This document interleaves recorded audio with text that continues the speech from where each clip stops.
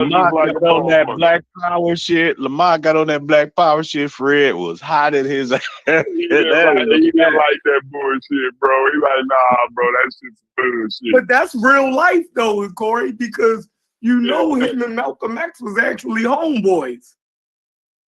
You feel Oh me? yeah? Yeah, in real life, Fred Sanford, they were both redhead dudes and they used to work on the trains together.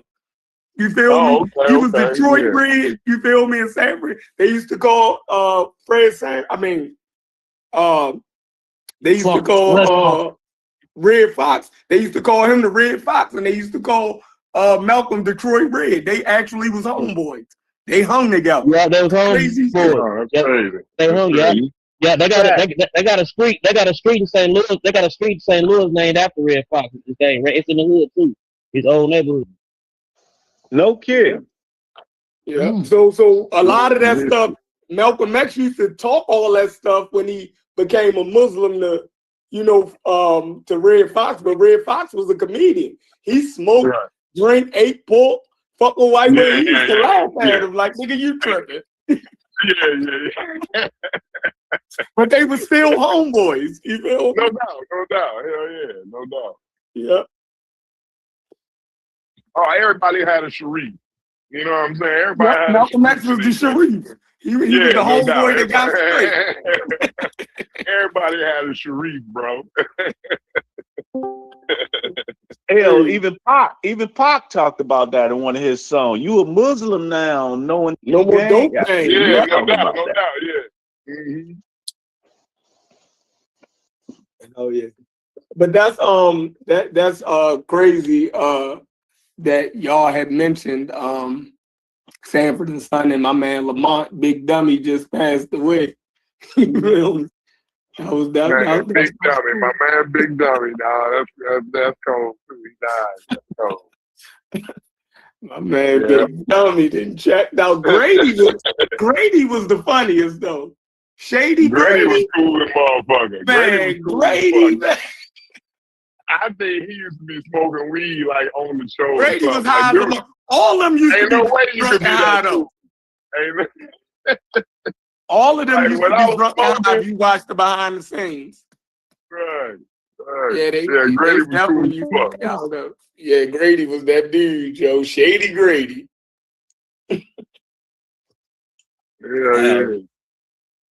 Yeah, but they've been on. So the critique on you, Corey, was that you was messing it up with the Levant.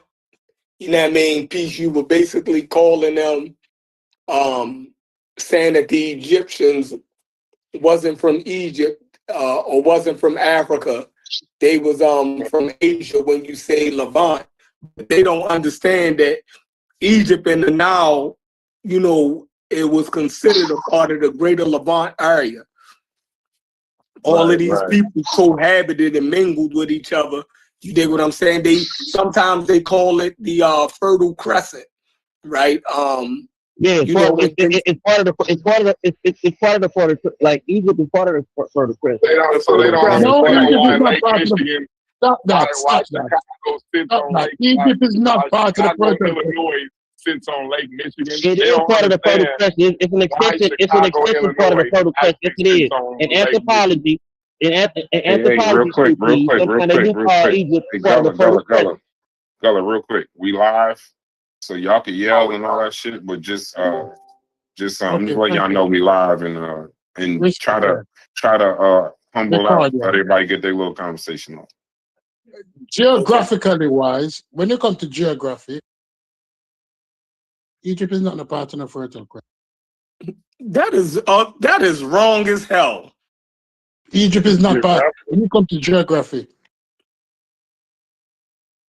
what? Make that make sense. When it comes to geography, where the Fertile Crescent is, Egypt is not a part of the Fertile.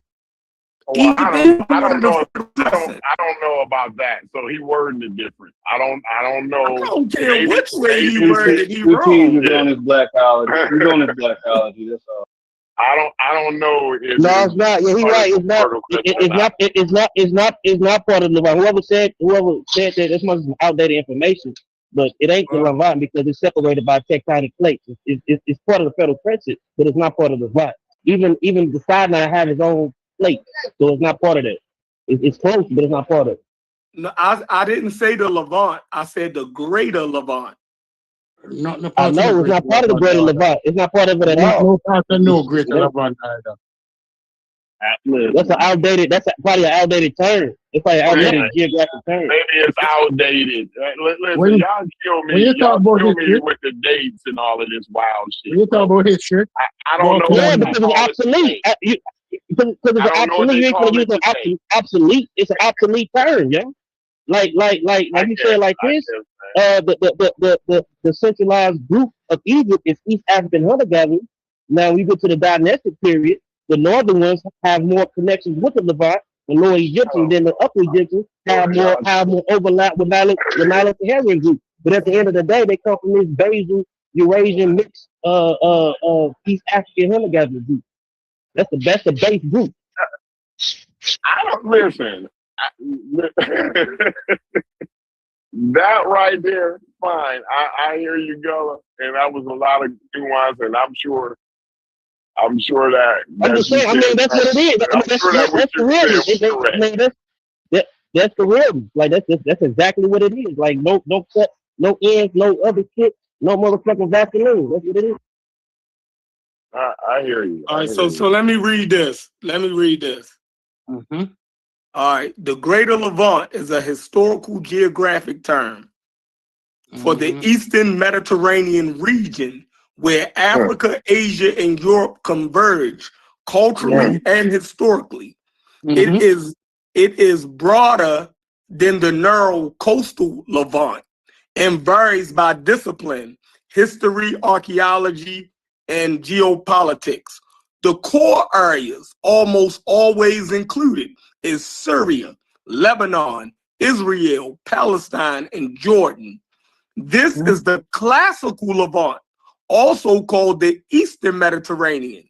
The Greater Levant, extended areas, including, depending on context, especially the Nile Delta and Sinai, strong in the Bronze Age and imperial ties.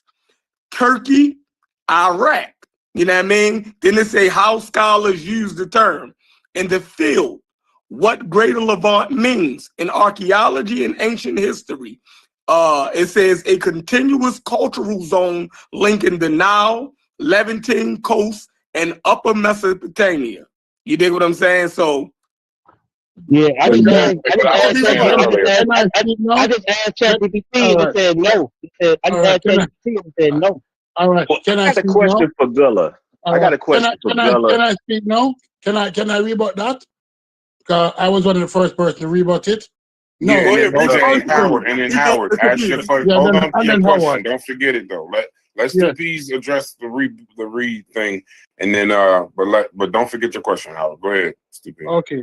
When we talk about when we talk about the Fertile Valley, one of the places that really get recognized when you talk about is Mesopotamian culture, because Mesopotamian culture evolved within the Fertile Valley. Gullah cannot dispute that, right? That's where it came from. Now, we've always distinguished between Egyptian culture and Mesopotamian culture. So when somebody's including both of them as Crescent Valley, it speaks against what scholars actually say. Part of that is, part of what you're talking about, whether we like it or not, is cultural racism, because they want to attribute the achievement of Egypt also with the achievement of with those places. But when you look at it, when it comes to distinguishing the cultures, they have no problem distinguishing the culture and saying that, listen, this is not that. So how all of a sudden now they're including the Crescent Valley into Egyptian culture when they That ain't what I said. I said the Fertile Crescent. I said it's not part of Levant. I said it's not part of Levant, but it is. Hold on, bro. Hold on. Okay, but I'm talking right now. Hold on when I'm speaking. Hey, you done? You finished? You I finished? wasn't finished. I wasn't finished. Let him finish. But Let him finish. you too long, bro. I wasn't You finished. too long, bro. Let him finish. I wasn't finished. Let him You finish. long, though. That's fine. Let Am him I finish. wrong? Is there not a distinguish No. between You gotta finish. You gotta finish so somebody else can talk. So Okay, finish. but he broke my train of thought. He broke my Go train of ahead and thought. finish. And I Okay. forget. So let him go because he knows it all. Go ahead, know it all. Tell me what I said. No, I didn't say that, but you said you didn't understand what I said. You said so you assume I said. I said Egypt is part of the fertile question, but it's not part of the Levant. The part of Egypt, a piece of Egypt is part of the Levant, and that's the Sinai. Now the Sinai part of the Egypt is part of the Greater Levant because that's the only part of Egypt that's part of Asia. And that's only a damn land bridge desert area where only Bedouins and shit live. But yeah, if you want to have it, you can have it. But the fertile crescent, as this fertile land, Egypt is part of that. But no, it's not part of the Levant. Only part of the Levant of Egypt is the damn Sinai. Well, Okay, can I get mine in now? Yes, Egypt, but it ain't like no motherfucking damn desert land bridge. Motherfucking Bedouins there, like motherfucking nomads there. Shit. Ain't no serious. Can I get mine you can have it as well. Yeah. Go ahead, Howard. Go ahead. Get your question out, Howard. Go ahead. This is my question, and I'm just a normal nigga. I don't know the difference between the Crescent Valley and the Hexagon Valley or whatever goddamn valley. I don't know. But my question is, given the location of Egypt, are certain people saying that those people did not have any type of connection to what was northeast of them or north of them at all? They only had connections with things that were south of. I know you might have just said that, Gullah, but I want to get this shit in the layman's terms because I believe me just being a normal nigga, I'm just a normal nigga. There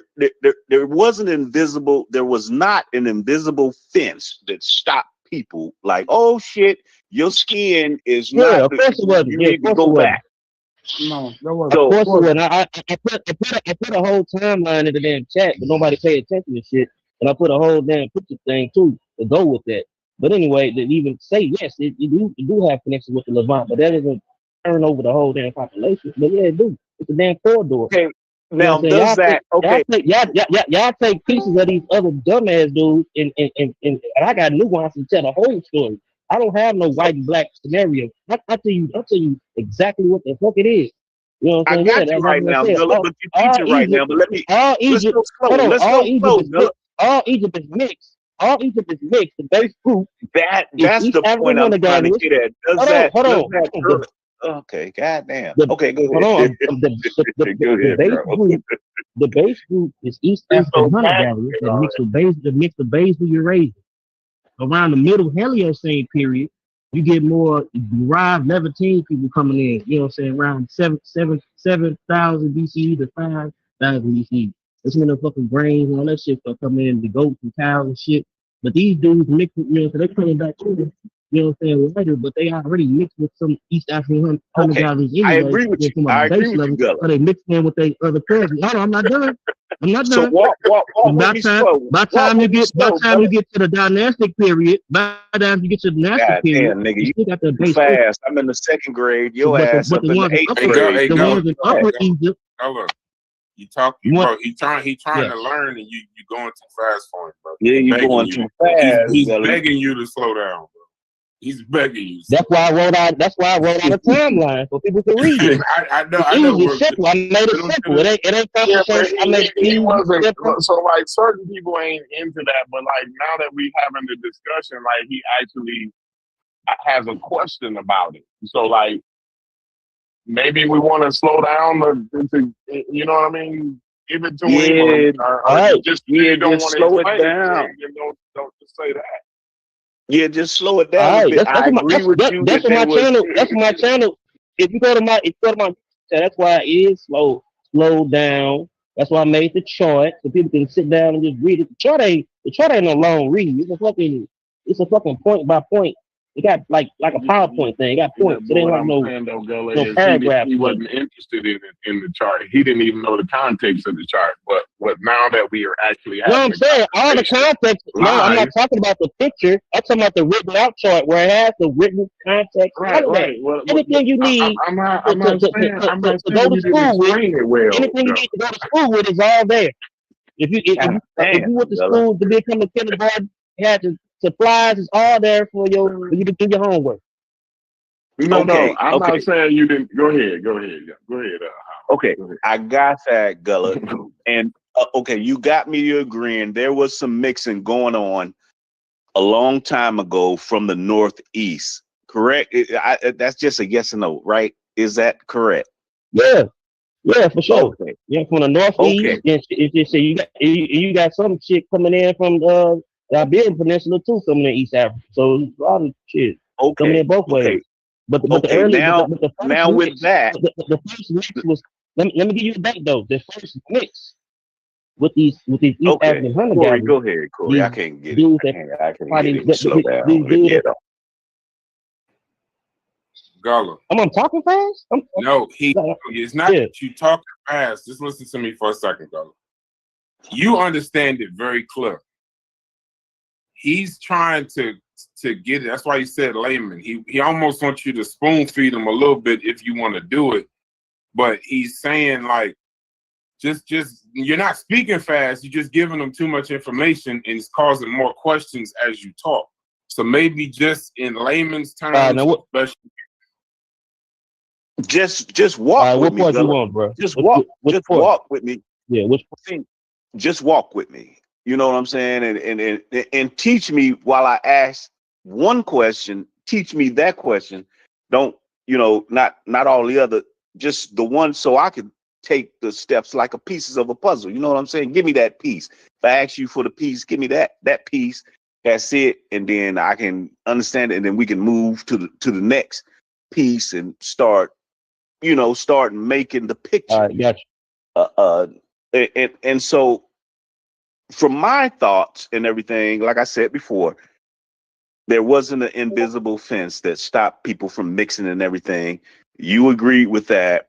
And also, so those people in the North may have been lighter colored or dark to light to dark or whatever, but they mixed with some other people that may have been lighter. That has always happened since when, Gullah? That has always happened, right?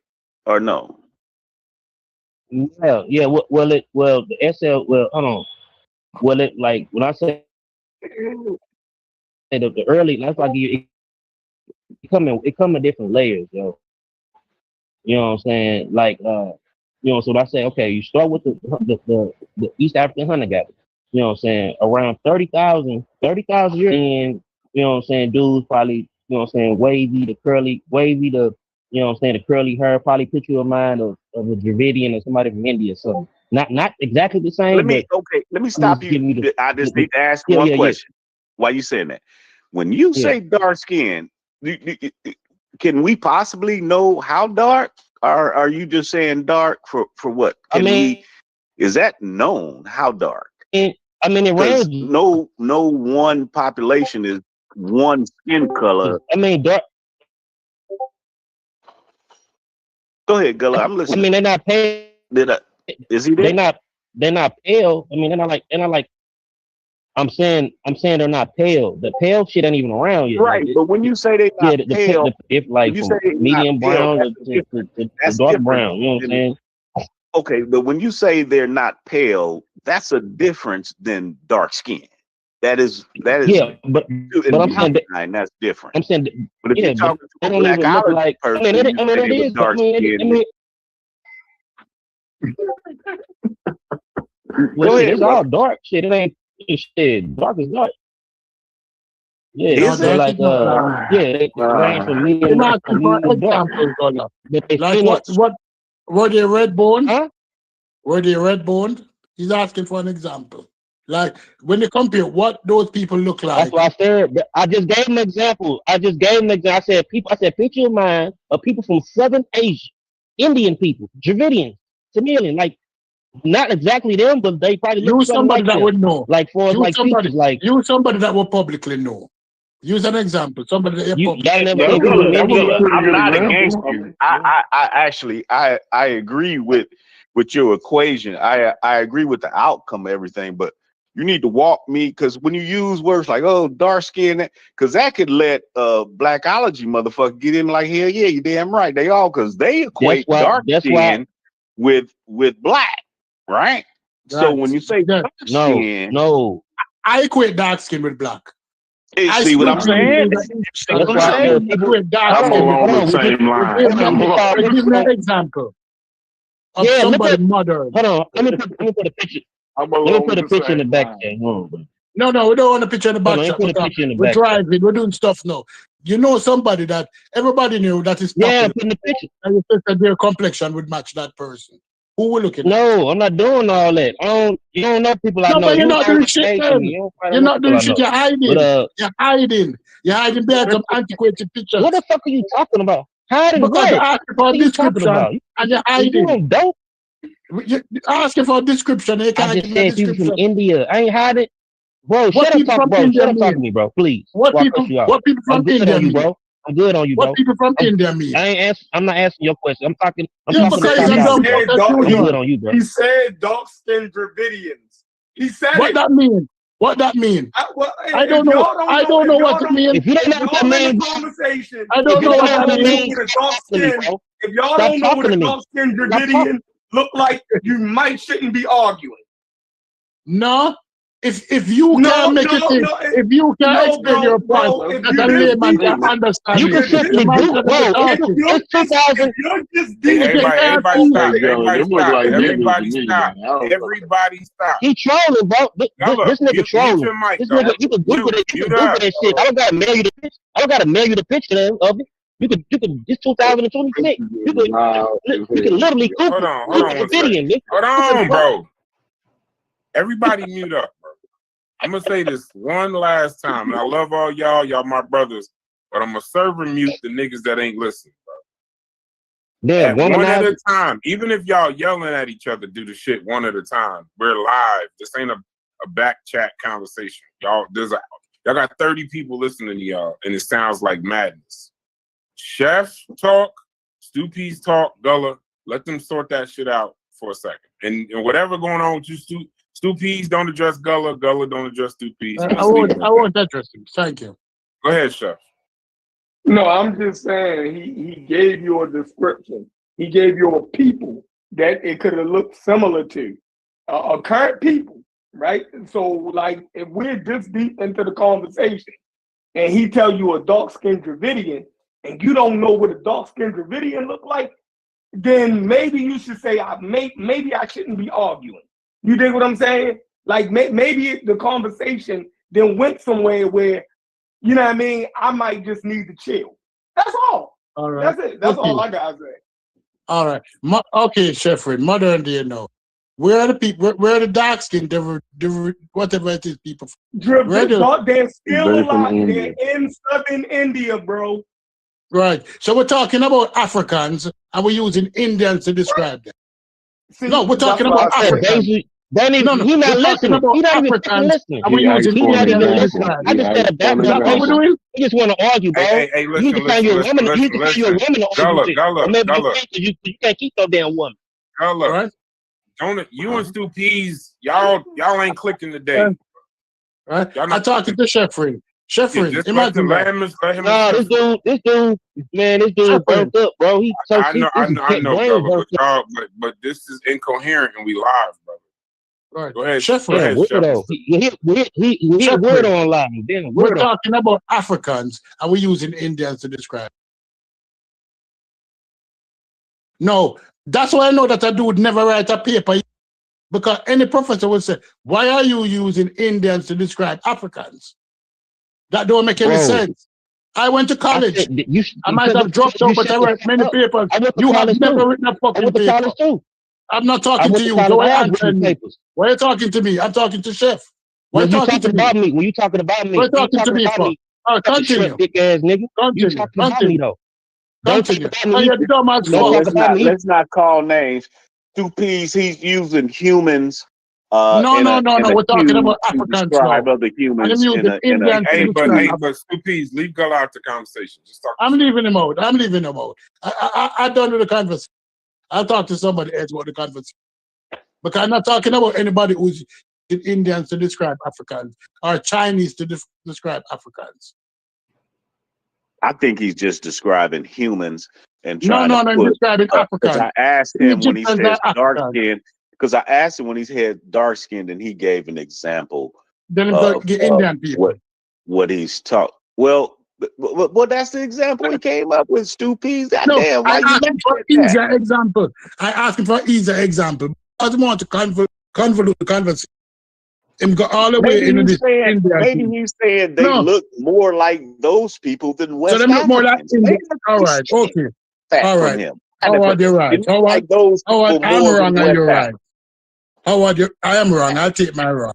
You're That's right. what he's I will use saying, India. right? I will use Indians to describe. If you're not saying that, let me know. You saying they look more like those people than the West African? Is that what you're saying?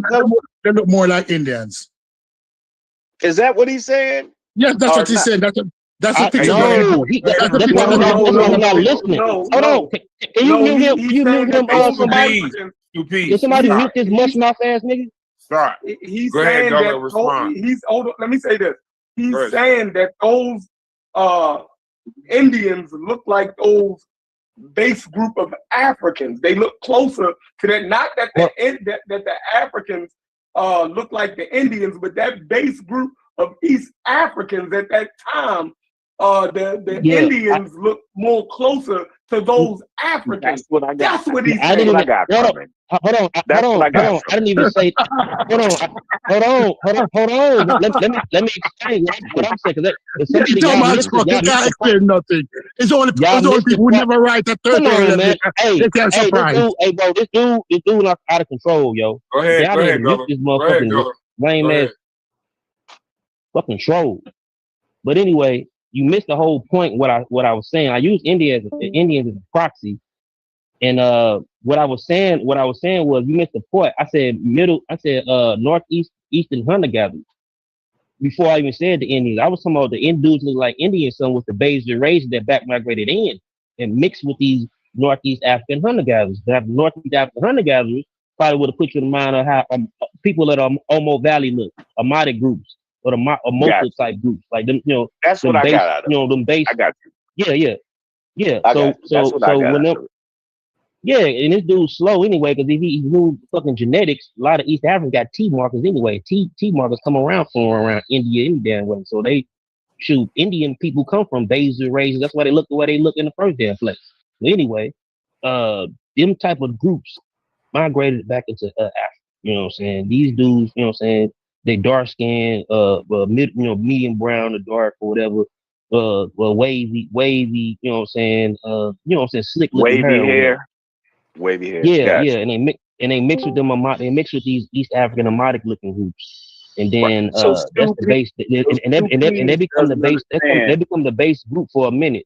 You know what I'm saying? And then you hold on, Gullah. So Steve doesn't understand that in that area of Africa, they did not look like the other areas like West Africa.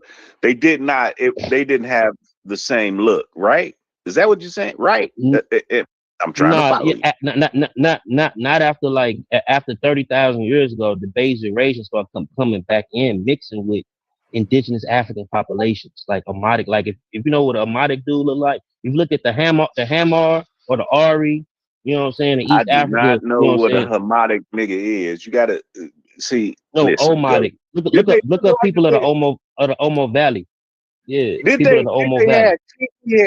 they have kinky hair and look like you or me, or did they look different? I mean, at that point, before 30,000 years ago, some of them groups probably would look similar to indigenous Africans, like because they all branched from the same group.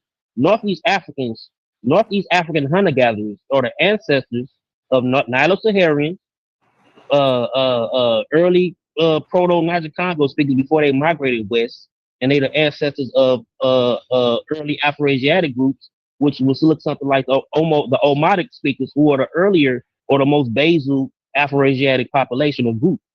They're the first ones to split off, so they carry the oldest genes of that original Afroasiatic population before they start mixing with basal Eurasia. I'm just talking about basal Eurasia. I didn't even get into the more derived West Eurasian groups. You know what I'm saying? We get to the Tupians and the Levantines. I didn't even get into that because motherfuckers keep opening their goddamn mouth up. Hey, real Okay, quick, Gullah. Okay, Gullah, can you pause? Hold on, Howard. Okay. Hold on, Howard. I want to address a comment real quick. Y'all got people commenting on this, what y'all saying. I'm trying to do as best I can. So it says Sri Lankan and Indians, some of them are dark skinned, but yet still they do not see or call themselves black. Stupes just contradict themselves. Stupes said anyone with dark skin is black. So nah, that's not. I didn't say that. Okay. I never said that. Just clarify. Take 10 That's the seconds to most clarify. moronic thing anybody could say. I've never said that. Okay, well, we live on Chef comment in there because they responded to what you're saying. They hear everybody, but they responded. I wanted to ask Chef. Look, Chef. You need to teach. See, I'm the layman in here, Chef, and I probably represent some of the people that are listening, Chef. You need to go to explain to me this damn difference that we're trying to get out to everybody. Like, these niggas didn't look North, or they didn't look West African. They weren't kinky haired, darker people. They were what, Chef? Because I need the layman shit, Chef. Because Gullah is doing his. They look like Indians. I need that. No, that ain't what I ain't say. All of them look like Indians. I said when the Bayesian Eurasians mixed in, when the Bayesian Eurasian dudes look like Indian and shit, and they mix into an existing population. It's like you don't get it. It's like you slow. And then the Omotic. I ain't talking about you, Top. I ain't talking about you, bro. But I'm saying look up Omotic. Look up the Hammer people of southern Ethiopia. The original group, the Northeast African hunter gatherers, look like them dudes. Them dudes are kinky hair. These niggas look dark skinned, like with a perm. Like if a nigga got a perm, they look dark skinned with a perm. No, listen. No, you're not listening, bro. No, you're not listening. I'm trying to describe to you. I'm trying to describe to you a population encountering another population. So you got two different looks. I ain't saying everybody look like, you know what I'm saying, South India. I'm particularly talking about the basal Eurasians. They came in and mixed with Omotic type groups who are indigenous Africans. You know what I'm saying? They look distinct than West Africans, but they had their own look. You know, it's like when you say Sub-Saharan Africa, everybody got their own look. Nilo-Saharians, Niger Congo people, and the base Afroasiatic. So hold up.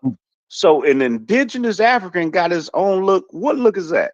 What's that base look? It's different ones. This particular. But no, he said that indigenous Africans have a base look. What is he talking about? There's many different indigenous African groups. What are you saying? Like, but all of them. I'm trying to. You gotta hear me. You gotta listen, bro.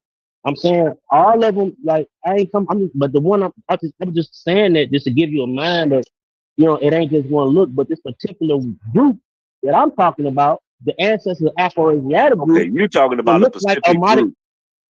Because when you say indigenous Africans have a specific look, that's when Stu P's gonna come in and he gonna get you. He gonna dog you. If you saying that indigenous Africans have a specific Stu P's, that's his way in the door. Y'all gotta hear me out. Like I'm pretty sure when he went to school. I'm pretty sure when Stu P's went to school, when somebody having a presentation from the flag or a teacher that allow you to interrupt a motherfucker while he's having a presentation and they spit it all out until the end. But anyway, what I was saying was like this particular group is the proto-Afroasiatic group. These Northeast African hunter-gatherer groups. They will look something like Omo Valley people from the Omo Valley before they mix with these Bayesian Eurasian group dudes. They look like South Asians or Davidian type people. Okay. After these dudes mix, you get the typical East African look, like Horners, like you get that look. I got you. What I'm saying? and then to around 14,000 years ago, out of So their these population. niggas looking like red bones then. Cause I've been to Spain. I've seen people from Morocco. Look like Nipsey, they looking like Nipsey Hussle. These dudes look like Nipsey Hussle. they look like red bones. Yeah. I ain't gonna lie. You know, they look like red bones. Yeah, but they can range too. They could be dark. But they can still have those alkaline features, curly hair. But they could be dark, medium, brown to light. You know what I'm saying? Or a little bit light, not extremely light skin. You know what I'm saying?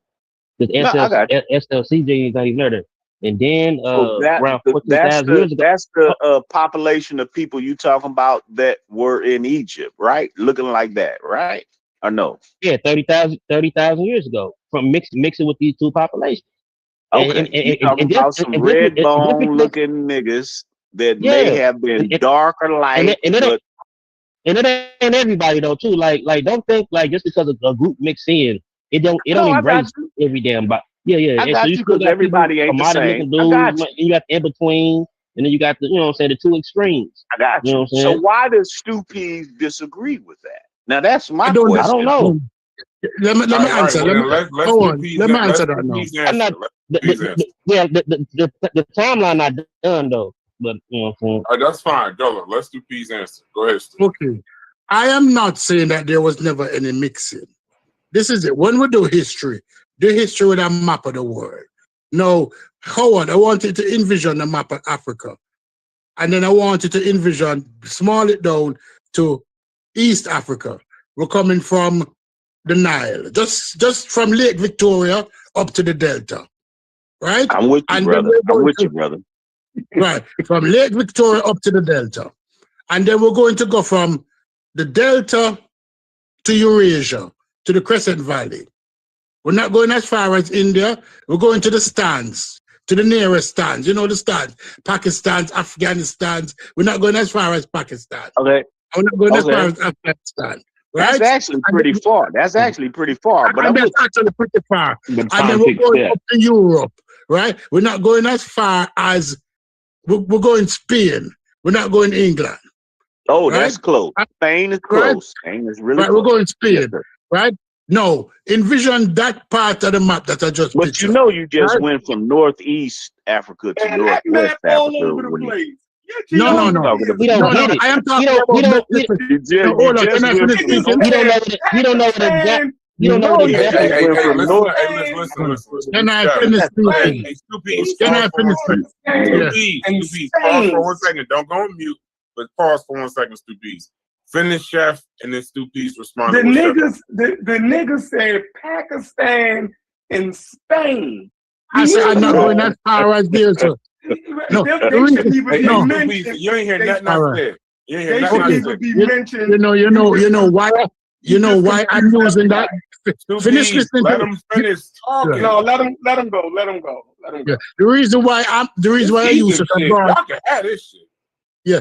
The reason why I'm using such a broad area in terms of Eurasia and Europe is because I'm going to look at back migration now. No, we know how the Nile flow.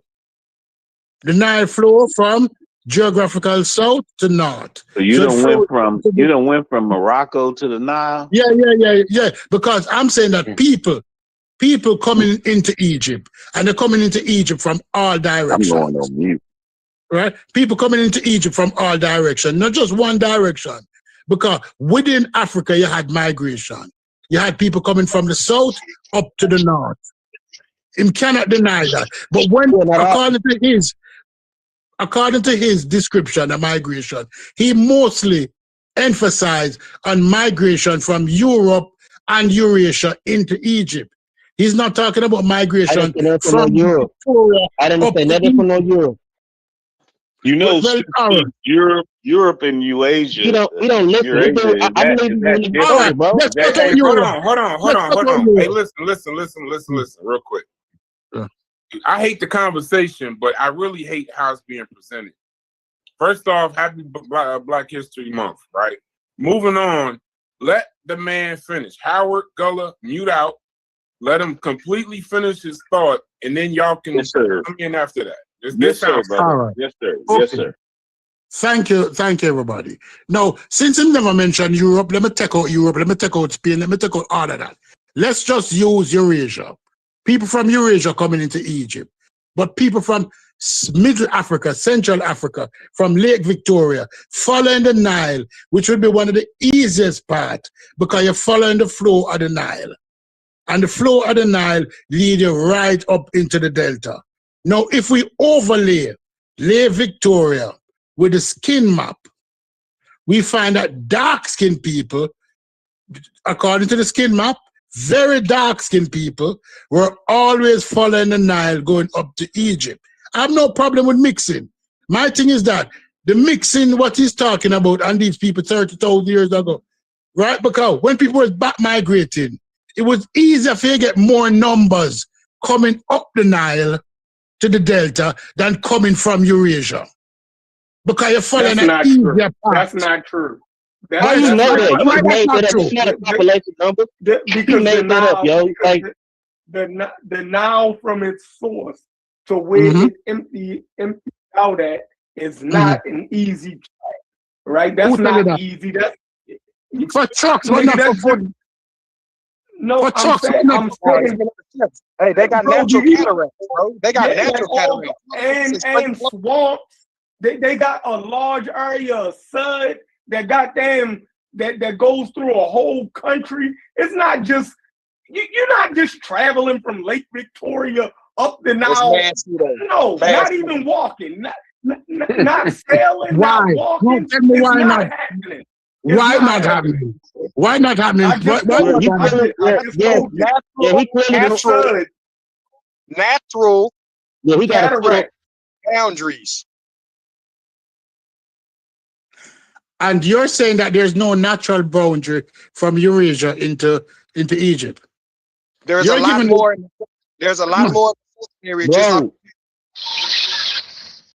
Yeah, they right there. They right there. The Bayesian races are right there, like in Arabian areas, bro. These ain't modern day Arabians, you know. These Bayesian races. This is 30,000 years ago. These ain't modern. Hold on, Stu and Della. I ain't never heard DQ participate in this Egyptian conversation. This shit throwing me off. What is you saying, DQ?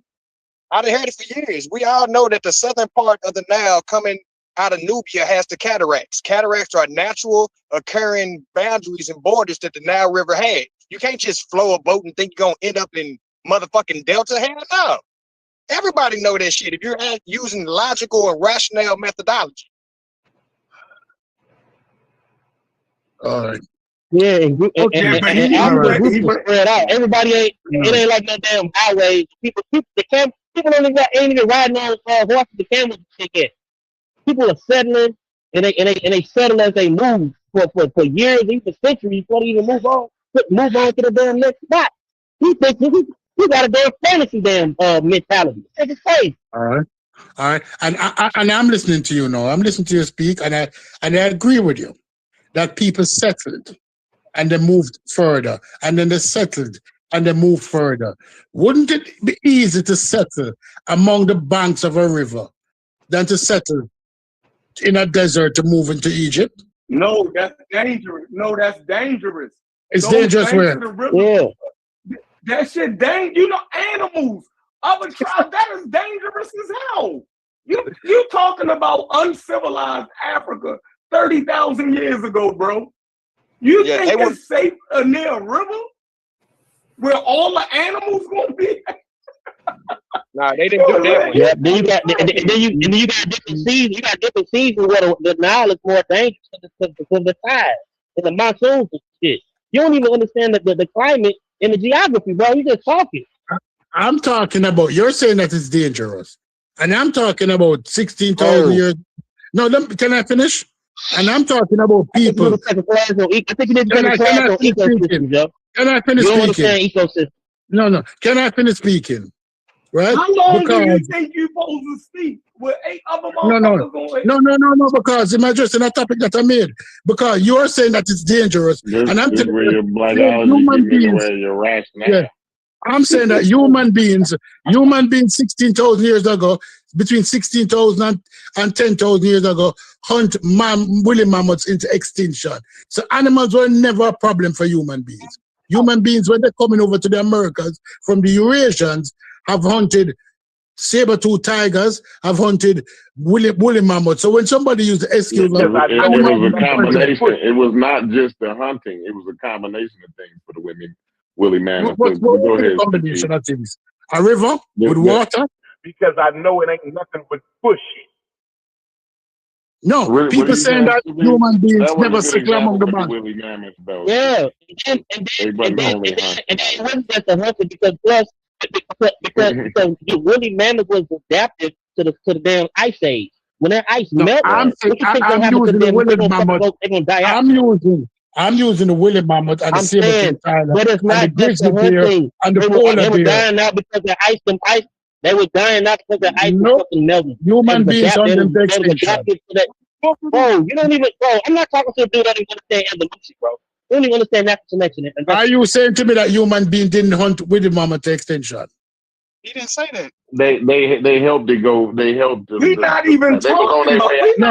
No. I'm talking about dangerous animals. You brought up dangerous animals, and I'm telling you that humans have always encountered dangerous animals.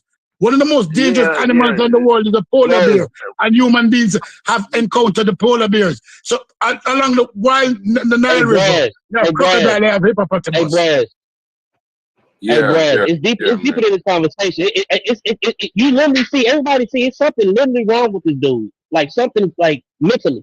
No, I don't think it's nothing mental. I've seen this in Blackology or these Egyptian conversations where motherfuckers get dug in on a point, and even if the entire room is yelling at him, at this point he just defending himself from y'all yelling. He probably no. I think hold on. I think he would almost concede some of the point, but the shit is so I don't understand that. Because now we're talking about polar bears, and I thought y'all was talking about Egypt and shit. I don't know what the fuck.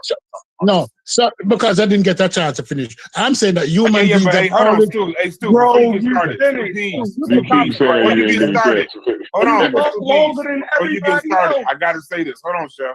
Before you get started, Stu B's, you gotta find a way to condense this information down, because I know you feel like you're not talking, but you talking.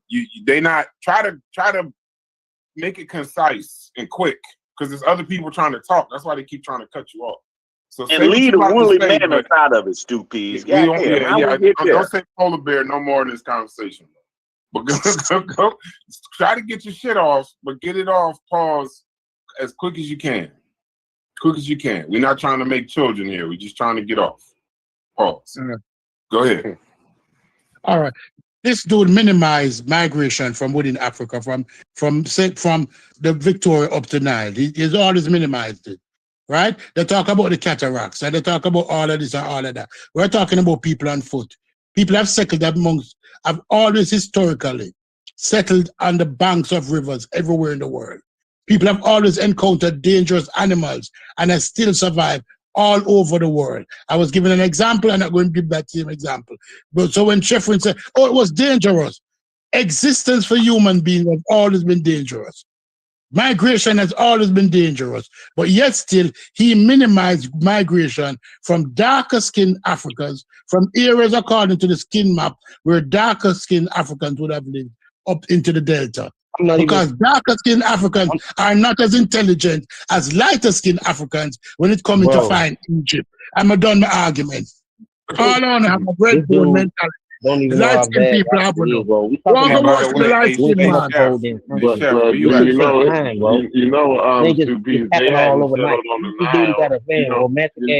Gullah, hold on one second. We heard you, Gullah. Hey, Chef, I just want to let you know the chat, and then I'm going to go to Corey.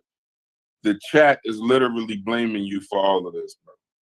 They said that you one night last week, your ass went live, and everything that happened after that is your fault, bro. I'm just letting you know. So you can read in the chat and go defend yourself, but I'm just letting you know I'm going to defend myself because I ain't talking to TV no more. Yeah, they laying this at your feet, brother. All these shows. It's your fault, bro. Go ahead. Oh yeah, hey, I'm gonna tell you right now. I ain't even reading the chat, but all this shit Chef fault. Yeah, I'm just glad it's somebody. All this shit Chef fault. Go ahead, Corey. Oh, I see it. I don't even know what I was. Yeah, I forgot. It wasn't important. It wasn't important. You know what I find Go so ahead. fascinating about this conversation is that y'all, the ones that know, y'all just as bad as the ones that don't know. Because Howard is trying to figure some shit out. And the way y'all explaining, you're explaining it almost like a diss record because he don't know. So you calling them dumb without calling them dumb. But then all the ones that know, y'all have no agreements in this conversation at all. Like none. Y'all can't agree on, or y'all the smartest people in the room, let y'all tell it. But y'all can't agree on water and ketchup being red. So at some point, if the Egyptians is black, if we, or I don't fucking know, if the Egyptians is black or they ain't black, I'm trying to figure out what is all the auxiliary shit about. Is it to prove Egyptian ain't black or is black, or is this a whole nother conversation y'all having? Yeah, you know, I had no idea. I don't know. I don't know why I don't know, bro. With the Egyptian conversation, and the reality goes out the window and shit, and it'd be all kinds of. Everybody be talking about all kind of other shit. Yeah, me and Howard was on the right track, and we talking about Northeast African corridor. We ain't talking about the rest of damn lake and all the other shit. Like, you think Africa's like damn Smurfland? Everybody the same? Everybody getting mixes and got different stories. Like, we got different reach with different stories and different gene pools and different contact points. Everybody ain't getting Eurasian admix at the same damn time. Like, what movie this nigga's looking at, bro? Like, we on the same page, Gullah. We on the same page. I'm tracking with you, brother. Yeah, y'all on the same page. All right, so it's stupid. But is it about? But is this? But I heard Willie Mammoth and Polar Bear, and I know we was talking about Africa. So my question is, are y'all having an Egyptian is black conversation or something else? That's what I'm asking. Or is this a separate conversation? Who knows? Is this like a Mediterranean? I don't know, bro. Who knows? I know. Like, bro. If you think otherwise, but I think serious as an educated person, I think something is wrong with that dude, bro. He got an issue. Like, what's wrong with him? You heard how he handled his women, bro. Like, he got issues, bro. It's deeper than Egypt. Like, he can't even motherfucking comprehend straight. He saying shit motherfuckers ain't saying. It's like retarded because he be talking in his damn head and not listening. What's wrong with it? You just want to be the motherfucking coat master or something. yo. Well, some people are more versed in areas than others. Hey, Corey. In the chat. It's a nigga dead serious. I don't know who Egg Beats is. Be a funny motherfucker. It says, dude is a government agent who started this conversation to distract us from the Epstein files.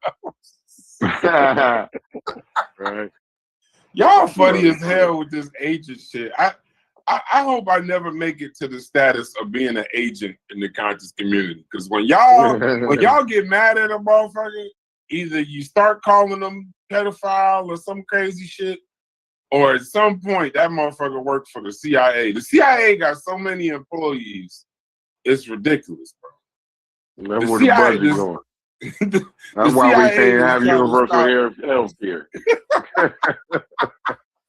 The CIA they sit in a room and the CIA saying Sadetta must be stopped. They actually focus on Sadetta like he Gaddafi or some shit. This shit funny. I don't know. I'd like to, every time I want to participate in these kinds of conversations, I go right to this. I couldn't have this conversation more than once. I couldn't, because I don't even think y'all talking about Egyptians being black at this point. I think y'all might be, the title is Underqualified and Uneducated is a Bad Mix for Black Egypt Conversations. And the banner says, personal beefs, grifting, and snake oil everywhere. This is not scholarship that they talking. All these conversations fall under personal beefs, grifting, and snake oil. At some point. Even when it starts, it'll start with a slide. It'll start with good information. and the shit will finish with somebody an agent, somebody a pedophile, somebody a drunk, somebody on drugs. It's never, this is some personal shit. This is just some personal shit. And rather than just spend an hour calling somebody a piece of shit, they just trying to make them seem dumb.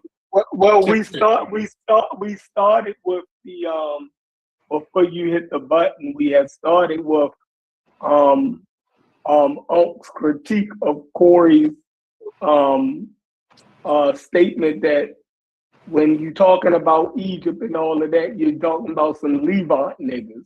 You feel me? And then we went into, is there anything true about what Corey, is saying about the Levant? So man, Gullah has squared off about the Levant and what is considered. I said it was at one time considered part of the greater Levant. So it was in the conversation of the Levant. So we argued about that, and then Stu Pease disagreed with it, right? And then when I say other names that get thrown in, that connects that part of Africa to Asia is like the Fertile Crescent, and then he disagreed with that. You dig what I'm saying? So, and that's when you hit the button. You know what I mean? And we never got back to those 2 points. So go back to that there, Corey, if you could talk. So when you say it's so people don't even agree on that statement, I don't know what that means, but since they all started from that, I'm assuming that's a disagreement between you and Dude. So if it's all started from that, what are you saying by saying that statement, the Levant thing Chef was just talking about? And then I guess, Chef, what is is Corey wrong? Is he incorrect? Is it too broad? Or what? Like, why is that? It might be too broad, and it misses the point. But it speaks to his argument, right? Of saying that these people was all kind of mixing in the same type of people. We call it now MENA. If you look at it, they call it MENA now, the Middle East and North Africa. So even now, they still use a more updated term, right, that the Greater Levant was using.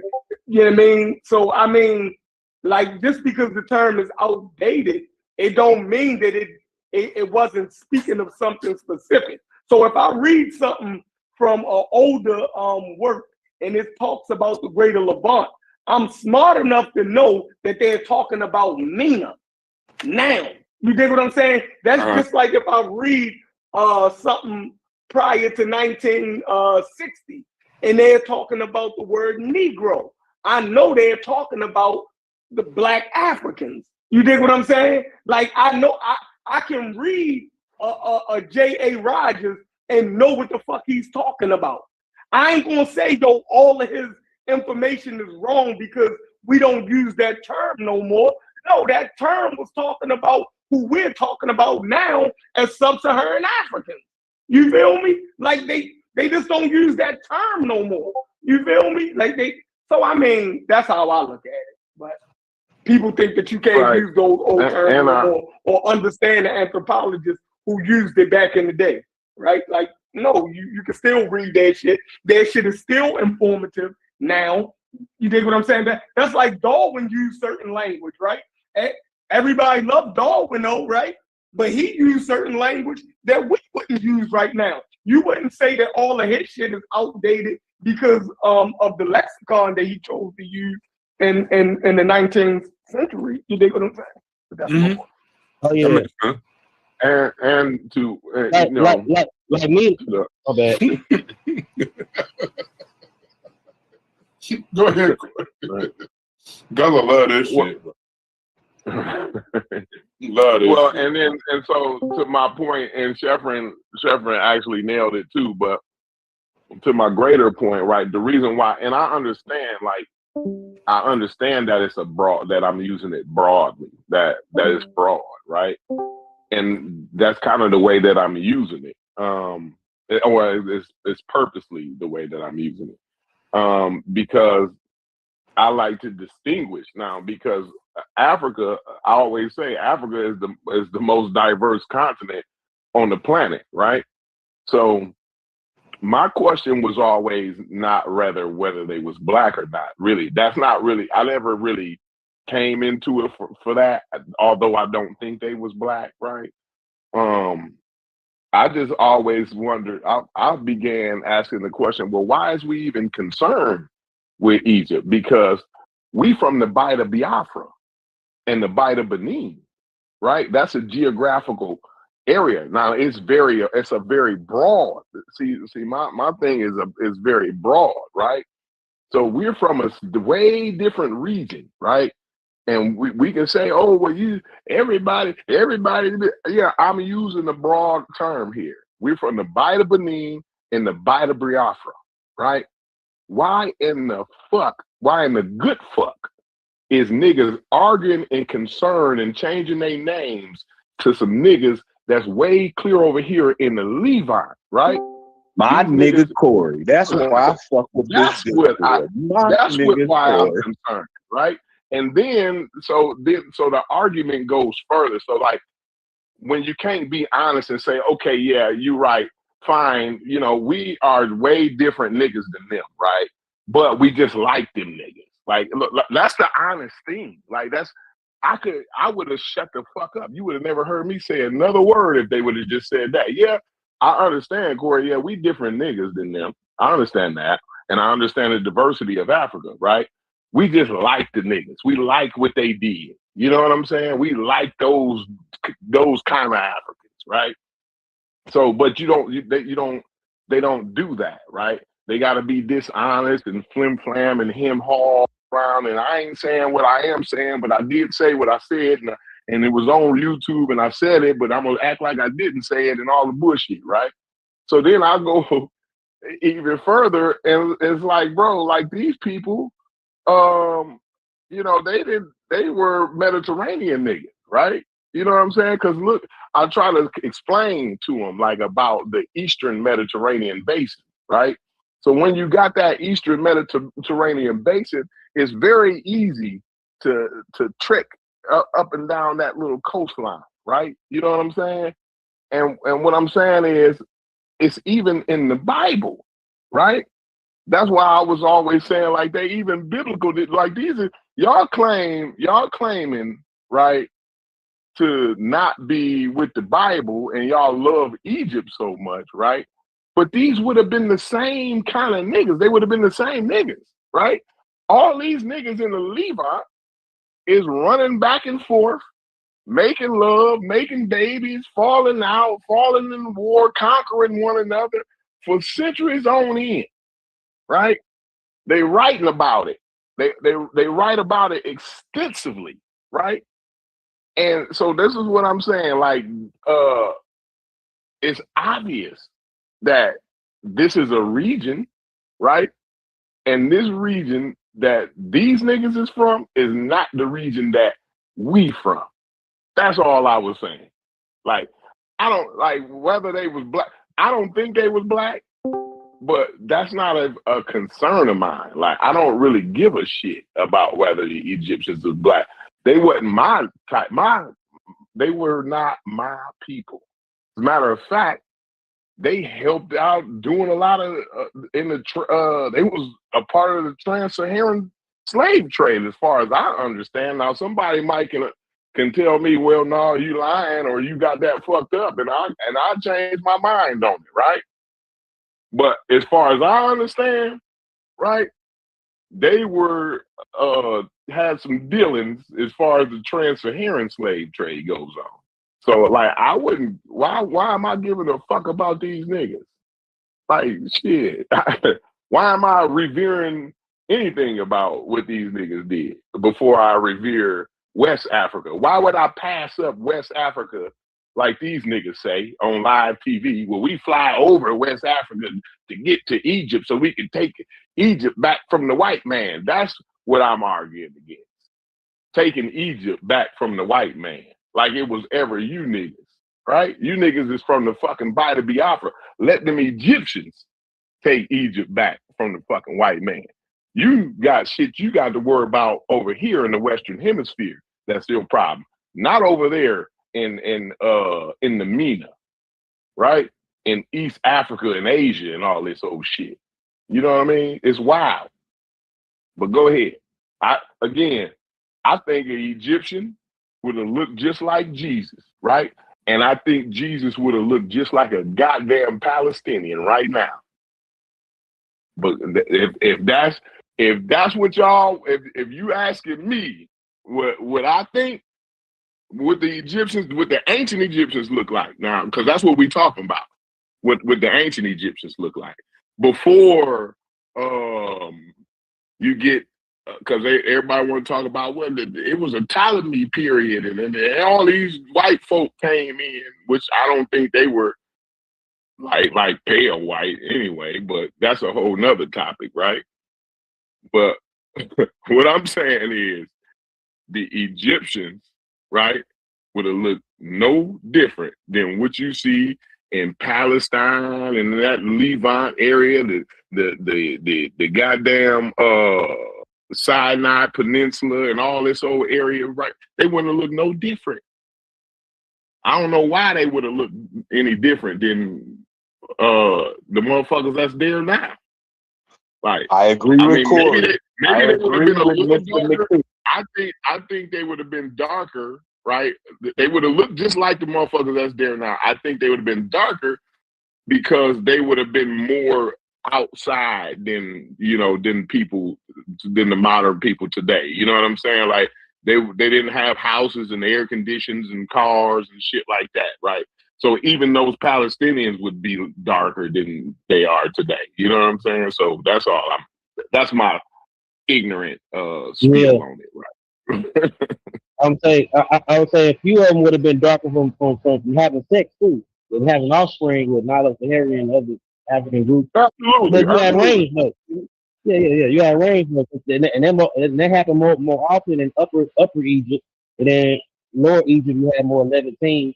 You know what I'm saying? You're raising back migration admixed. But that base group that I was talking about at the beginning, that first mix, you know what I'm saying? That always, you know what I'm saying, remained there. You know what I'm saying? Even after all the mixing is coming later, that base group is the foundation of group. Yeah, I don't understand why we always be talking about like 40,000 years ago, because they don't really give a damn about.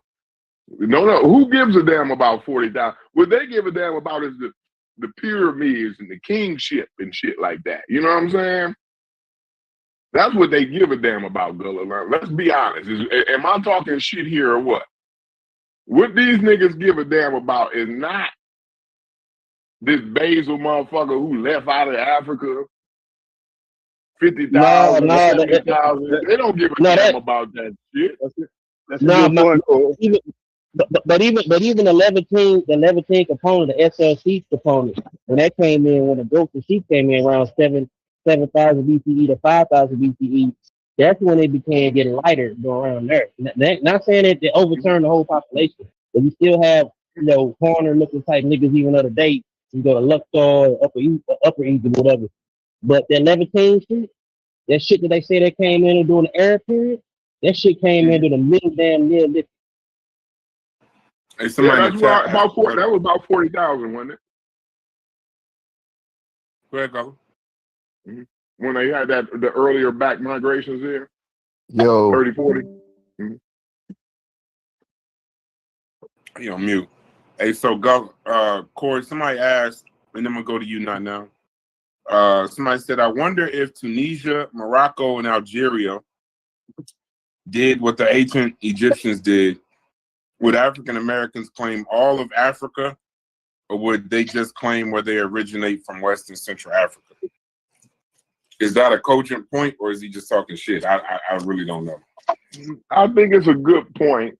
If I'm hearing it correctly, I may not be hearing it correctly. He's saying like, why you niggas ain't worrying about, you know what I'm saying? Because the niggas in Tunisia don't look like. Have you seen niggas in Tunisia and shit? Like, they don't look like me.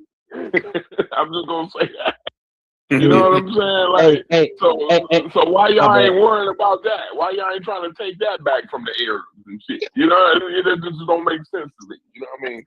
I believe that's what he's saying. I could be wrong though. Hey, can I add something real quick? I would say the reason why. What's up, Hold bro? on, let me say something That's real quick.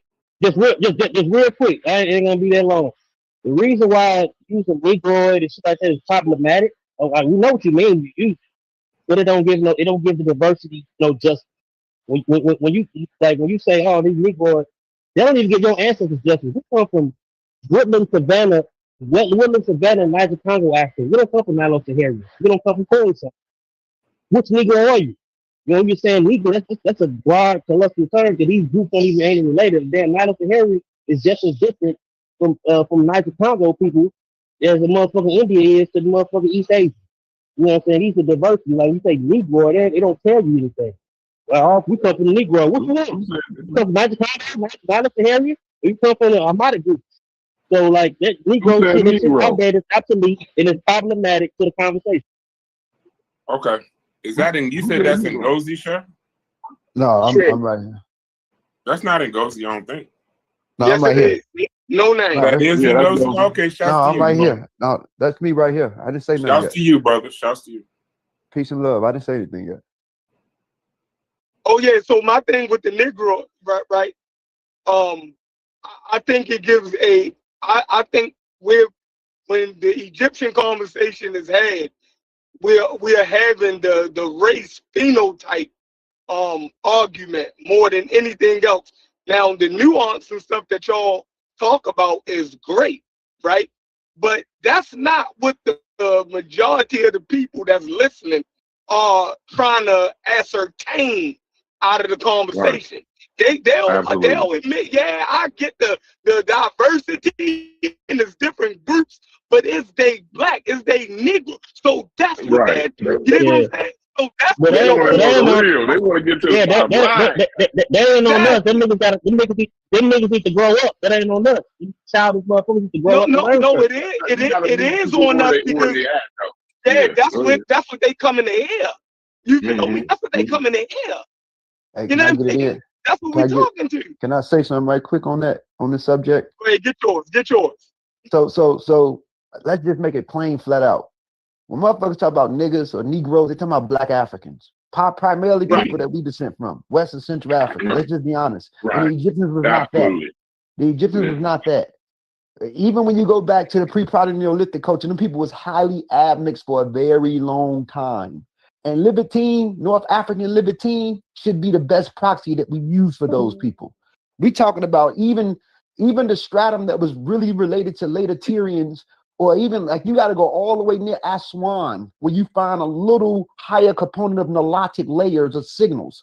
Even the Badarians at that time that was distinct from the ones further north were highly admixed. You can look at the old studies from 1971 and they talk about the morphologies and they like to say shit like intermediate and all that. That ain't nothing but a Natufian-like population that's already been lingering in those areas for a long time. That shit stretched from the Sinai all the way to Morocco, the Skeret Rosie population. So what I'm saying is that when people talk about this, they wasn't that. They were not us.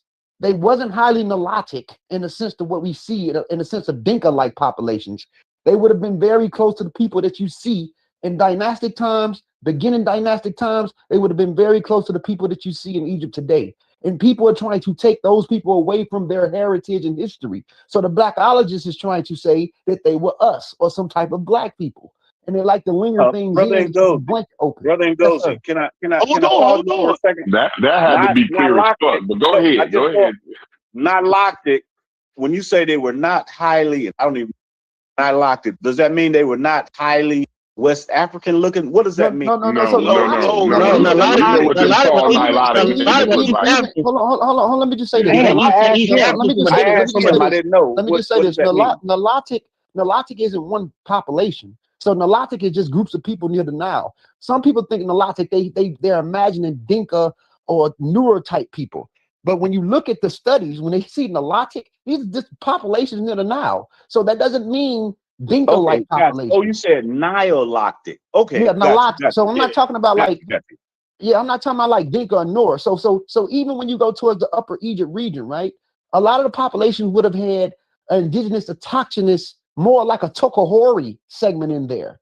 And then you might find Dinka-like segments in other areas, but it wasn't the majority when it comes to Egypt. They were already filtered and mixed with Neolithic Levantine populations, even if they were darker. So my best proxy that people should use for Upper Egypt is Northern Egyptians look like Palestinians. Upper Egyptians look like people in Yemen or Socotra, or the people that you see there now. They would have been dark. They would have been nothing like Dinka, nor even if they had tropical limb proportions, which is long limbs. The body breadths, when you look at the shoulders, would be distinct from the limb proportions. So these people, these authors, that's why I caution everybody, like especially when it comes to Western academia, because they talk in circles where it doesn't really end it.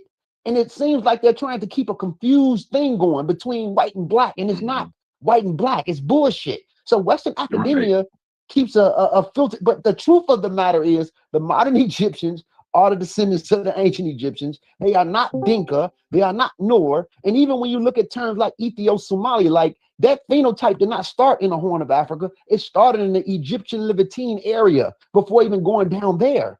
People are playing games. That's just the bottom line. Yeah, hey, that was a good rundown. And I was saying, they didn't let me finish my rundown because Suki must not fast interrupt me. I was going through the whole damn timeline. You know what I'm saying? To break it all the way down. I got a question for Brad. And all this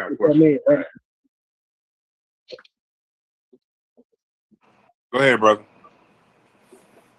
No, was you done, Della? You was done saying what you saying? Oh no, he went on mute. He went on mute. Oh, okay. Hey, listen. I wanted to know now what Ngozi said right there, because this is what I be wanting to know.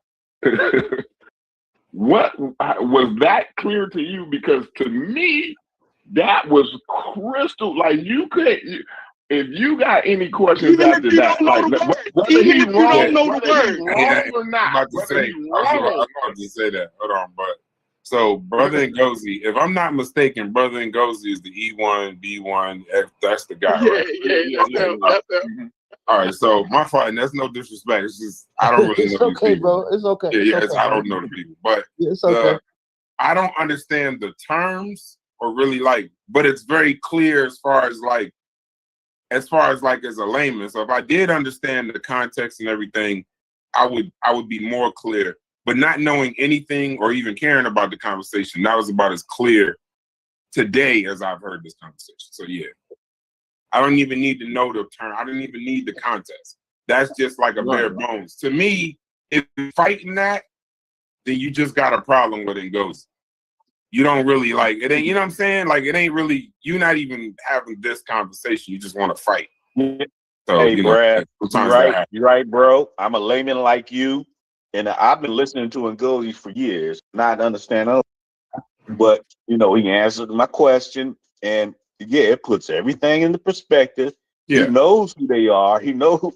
So yeah, I'm with him. I'm with him. Thank you, Ngozi. Thank you, Ngozi. Ngullah too. Thank you. Yeah, too, I think what Chef said though was important, that when everybody's trying to be so specific and so overeducated with no education, a lot of times they just miss the point of people just want to know. It's something specific. I just want to know, not all the other stuff and this, that, and the third. I just want to know. So if you explain it that way, it's more clear for the audience to listen to. Yeah, not only that. You know what? All I was saying is even at the base level of them 30,000-year-old, even before 30,000 years ago, when you get that base level of them motherfucking East African hunter gatherers, them motherfuckers ain't even us. They're my cousins. We took them a sister breast of them, and them ain't even not us the Saharians. Them a whole different distinct African indigenous group. They're not even us in the first place. That's why I broke it down all the way down from there. That's right. Going through the timeline. Yep, that's right. They already went through genetic drift. So the bottom line, Egyptians were far away from us. On the PCA or any scale, they were not us at all. Even if you had some that was darkly pigmented in skin tone, morphologically, they still would have fell in line with us in phenotype. They wasn't us at all, bro. We were far off from these people. I'm talking about far off. I'm talking about 40,000, 60,000 year separation. Homo sapiens diverged all over the continent at a 315,000 year mark. And then they're going through a bunch of genetic drifts independently. So the populations that make us up already had set layers that also had multiple genetic drifts and other things, and found effects even within our own populations, distinct from early North Africans. Man, my shit just died. We can hear you. Yeah. Right. And that's the only group that connects us to the group. Is them old ass group that split off in a different direction. And that's a long time. That's a long time. Yeah. We us, West Africans, Malo-Saharians, and Proto-Afro-Asiatic groups all split from a Northeast African hunter-gatherer type group, that had their own diversity and split in different directions. They became other people, mixed with other people, became different groups. And that's like 60,000. That's like 60,000 to other layers of time, way before. We ain't got shit to do with them people. It's like fall, bro. So Ngozi, the question then would be, and this is to the panel, but start with Ngozi. So then, if you sound very clear, you sound very confident, you sound very concise. So if it's that clear, if it's that confident and that concise, what about the other argument on the other side of this makes it even like a conversation? Like, where's the confusion per se? Like, how is this conversation lasting so long, or are people just talking to each other? I think that there are deep personal beefs in between. This shit is not complicated when you look into it. It's deep issues going on amongst the black community. And to be honest with you, niggas just don't like each other. We got different groups, more science, and we like to keep up the confusion. In the underground world, this shit sells, right? It sells. People want to keep this shit going. Most of the people don't even believe half of the shit they say to themselves, right? But they have to keep this shit up going. I mean, they have to keep it going. I mean, once you look into this shit, bro, it makes sense. And then it's like when you fully understand human evolution, or you fully understand biology, race shit get thrown out the window any goddamn way. It doesn't even make sense when it comes to the idea of race. When you fully understand biology, it doesn't make sense. Yes, we have our difference in variation and traits, which is independent for different groups of people for certain regions, but it doesn't separate any Homo sapien from being a separate species or even a different subspecies. Homo sapien is only one surviving type of us that exists today, even though we have variations within our Homo sapien family, but it doesn't separate us. So when you fully understand evolution, or you fully understand biology, none of this, the conversation is good for entertainment, but there's a deeper issue going on if you really look deeper into it. And then when we get closer, it's better to say straight flat out, Egyptians were not Negroid. When we talk about a Negroid, from layman's terms, we know what a Negroid is. We're talking about black populations. They were not Ghanaians, Yoruba, Igbos, not even Fulani. Anything south of the Sahel or near the Savannah populations, they wasn't that.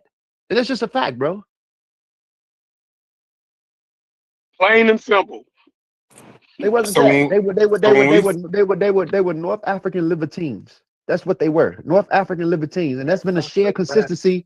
That's been a shared consistency between North Africa and Levant for 23,000 years. So the best term is MENA, Middle East, North Africa. That's it. Shared affinities. That's it.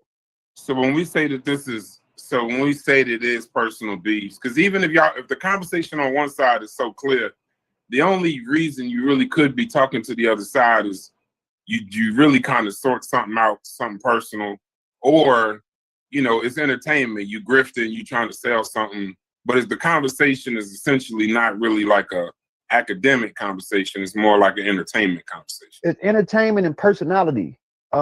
Personality, basically, if it's basically people don't like certain personalities. So if it's coming from this personality, they don't like a lot of people don't like Ngozi. That's okay. That's a character. So some people, they don't like that. That's fine.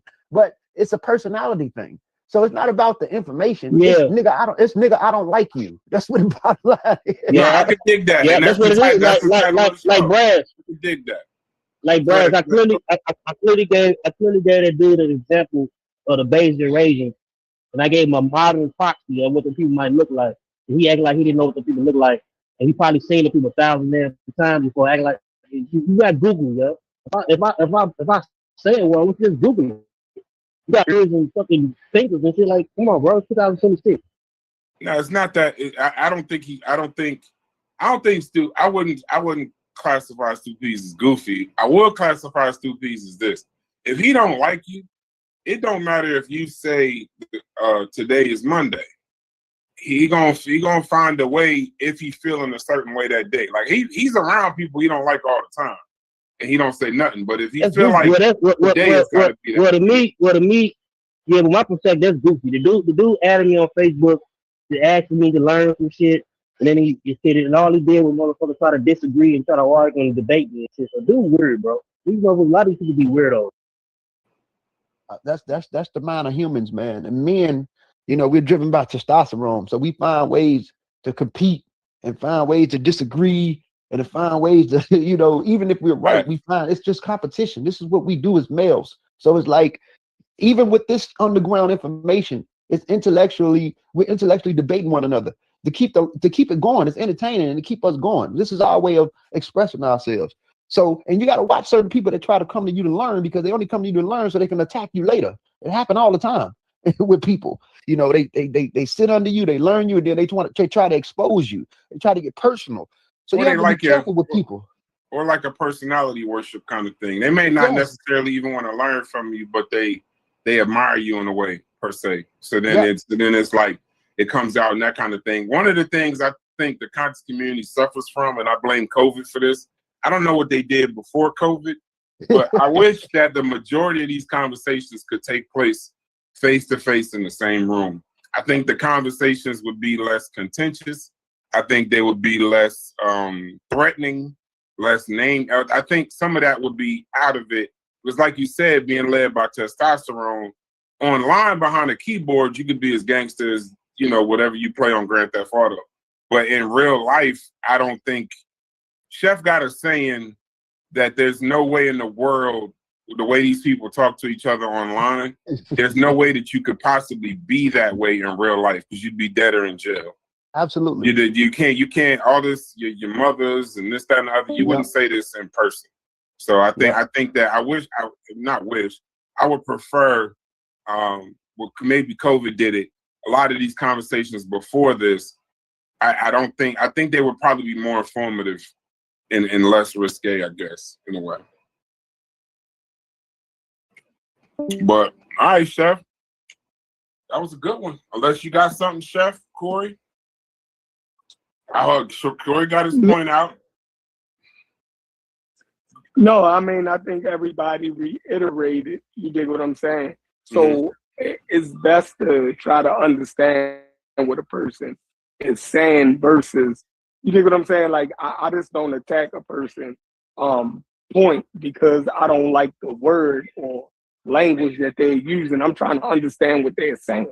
You dig what I'm saying? So like when he said 11-10, everybody kind of repeated, you know, in their own way, but it all equals out to the same thing. Middle Eastern, North African, Mina. You dig what I'm saying? Like, so it all, you dig what I'm saying? So, you know, but being blown out of proportion. Yeah. So, Chef, is this a new understanding? Are we just now getting on something that was already known, and we went levels? Already known. We had to go through levels to get to here right now. Exactly. Yeah. But I'm sure Corey never read no shit about it. He just off of just looking at a map, he kind of, you know, still said the same thing that the experts were saying. Just by looking at a map and a basic understanding of history, he kind of figured out the region itself. You know what I mean? From listening to the conversation, he kind of put it right where it was supposed to be at. Like, it's not that complicated. It's logic and common sense. It's logic and common sense, bro. Yeah. I always said it's a surface. Okay, sorry. My bad. I was just gonna say I always said it's a surface conversation, so it's not that deep. You know what I mean? Like just regular geography. You know, 5th grade geography would tell you. You know what I mean? But yeah, I don't know. You know what I mean? Like some people. It don't Corey, ride with your point. Check it out. I'm gonna give him an excuse, Corey. Check it out. I first started reading this shit when I was like 25 by myself. And that's y'all. That's a long time. That's damn near 30 years. And my first book I read was the Chancellor Williams book. Was it Destruction of a Black Civilization? That's the first black book I ever read in my life.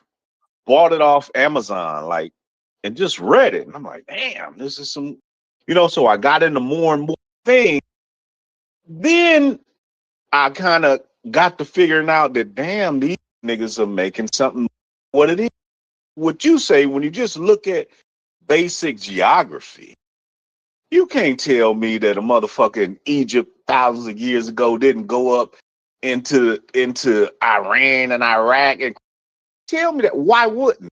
You can't tell me that nobody came down into that. Like, you can't tell me that, bro. So that's when I started changing my own thinking. Really just trying to use, I'm not Gullah, I'm not Ngozi. They can go at another route. I'm just looking at it from common sense and, well, wait a minute, man. Y'all been telling me make good sense, because I'm just looking at this damn map, right? And there's no fucking artificial fences up keeping people out of certain areas. So yeah, go ahead, Corey. That's just kind of, my own little story in a short synopsis there. Yeah, no, I can't do nothing but be repetitive. I mean, everybody done heard my stance on this Egypt thing. They done heard me say what I said earlier like 7 million times. The thing is, it's just like, yo, whether you want to be honest about what I'm saying, or do you want to keep saying, well, he's saying they Levant niggas, like, bro, I understand that Egyptians was African, right? But you can be more than one thing at the same time is my point. So, I mean, if you don't get that, if that's too much for you to understand, then Corey, that's where the conversation. You a great lecturer. They don't get it. They don't get that. They don't get that. They don't. Corey, do you understand the Great Lakes is racist? But Corey, do you understand how hard that is to take in? That Egyptians are Africans, but they don't look like other Africans. That shit is some hard. I'm telling you, for real. For me, that is some hard shit. It's even hard for them. And when I say them, I'm talking about Egyptians. Man, it is like a pulling fucking teeth for those niggas to admit they African. No, those Egyptians that are there now, it's like pulling teeth. Be like, hey, nigga, you African. Well, I'm Arab and I speak Arab. I got the Arab culture. But no, nigga, you African. Well, Coptic did it. No, nigga, you African. Yeah, well, I'm kind of, but it's like, it's hard. Yeah, and see, the thing is, and with the blackologists, I always say they fight against their own battle cry, because part of their battle cry is how Africa is the most diverse continent on the planet. Like that's some type of I guess virtue in the conscious community, right? But in that, I don't think they understand what that means. You know what I'm saying? I don't think they understand the implications of that. What that means. So, because I've hit a lot of them over the head with that too, and they just want to be from pygmy to Dinka or something. They feel absolutely. Like that's the thing. That's it. They want to stay with. I'm like, nah, nigga, it's much more than that. Yeah, Go ahead, bro. Just a question I would ask: can something be African without it being dark? That's the main question I want to ask them. Can something be African without it being dark skinned? And if the answer is yes, we gotta relax. And that answer is yes. But damn, do you know how hard that is for a nigga to take that in, DQ? That's hard. But Howard, it's not that hard. This is where we go into your blackology start betraying your education. And if your education, and then on top of that, I'm giving niggas credit for being educated when it's clear, just based off base concepts of the maps and reading and shit like that. It's clear most of the niggas is not educated in this. They're just educated in the parts so they can argue about it, not necessarily know the whole conversation. Yeah, the surface. No, to be fair, when I talk to white people, they got the same concept. They think that when black means African, like, you know what I'm saying? I know exactly. You know where I'm coming from. Where I know exactly. I'm talking about your mental. What we've been educated, and I'm not talking about school. What we've been educated our entire lives is black is synonymous with African. And if you talk to people outside of our community, they have been educated like that too. I was gonna say white people to say the same shit. White people think the same thing that they even today, like yeah. Yes. But if you just learning but my point is though, if you just learning to argue, then we're not even having a sincere conversation. And then if you did learn, this is what I mean by the blackology part. The blackology part of the betraying your education is when you do learn that shit is not necessarily true, or is it true, you wouldn't hold on to it after learning it. If you learned it, the shit had a story. Hold on. If you learned it, no, I know. But if you learn, we're not talking about like 1960. Where you was trying to make sure education wasn't being taught from a Eurocentric point of view. So you had to kind of correct a lot of shit because it was this, that, and the other. I'm not saying that doesn't happen now, but in 2026, at your own fingertips, you can get the answers that you're looking for. You can get to the truth, right? You can get to the exact thing. You can hear what Chef say, hear what Corey say, hear what Stu P say, hear what Gullah say, and then go look up some shit yourself from a source and get the actual information. But if you can't accept the actual information, that's the issue. That's the point. That's what I'm saying. But that's a personal thing. That's not like you don't need to have a conversation with 30 people to realize your blackology is not going to allow you to accept this information. Well, the reason why I say these niggas is grifting though, hold on, Howard. Why I say these niggas is grifting though, and being snake oil salesmen, is that they actually playing to your vulnerabilities in that way. Yeah, they know that you can't. They literally they're educating or trying to bring people to literacy that they know at the end of all of this, all they want to see is niggas argue, scream, and yell, and they want to pick a side. So I would say on the Egyptian is black side or Egyptians ain't black side, it's people on both sides that probably agree with the other side. But they basically but they worshiping the personality of the nigga that's leading they side. That's your problem. You be and they ain't leaving they side because they think this is a good nigga. Like, you know, I like what this guy's saying. I don't even like that other motherfucker. I don't care if you say 2 + 2 is 4. Is 5 today. So it don't really. This is a bunch in snake oil. I know it sounds educational. It is. But I don't even Can I put this in, Brother Brass? It's no, also nigga. Whoa. Go ahead. First off, so was that don't ever in your life on a live show ask me. Stop it. Can I put this in, Brother Brass? Pause. Oh. Go ahead. I'm gonna mute my mic because I'm feeling shaky right now. I gotta give me some water or something.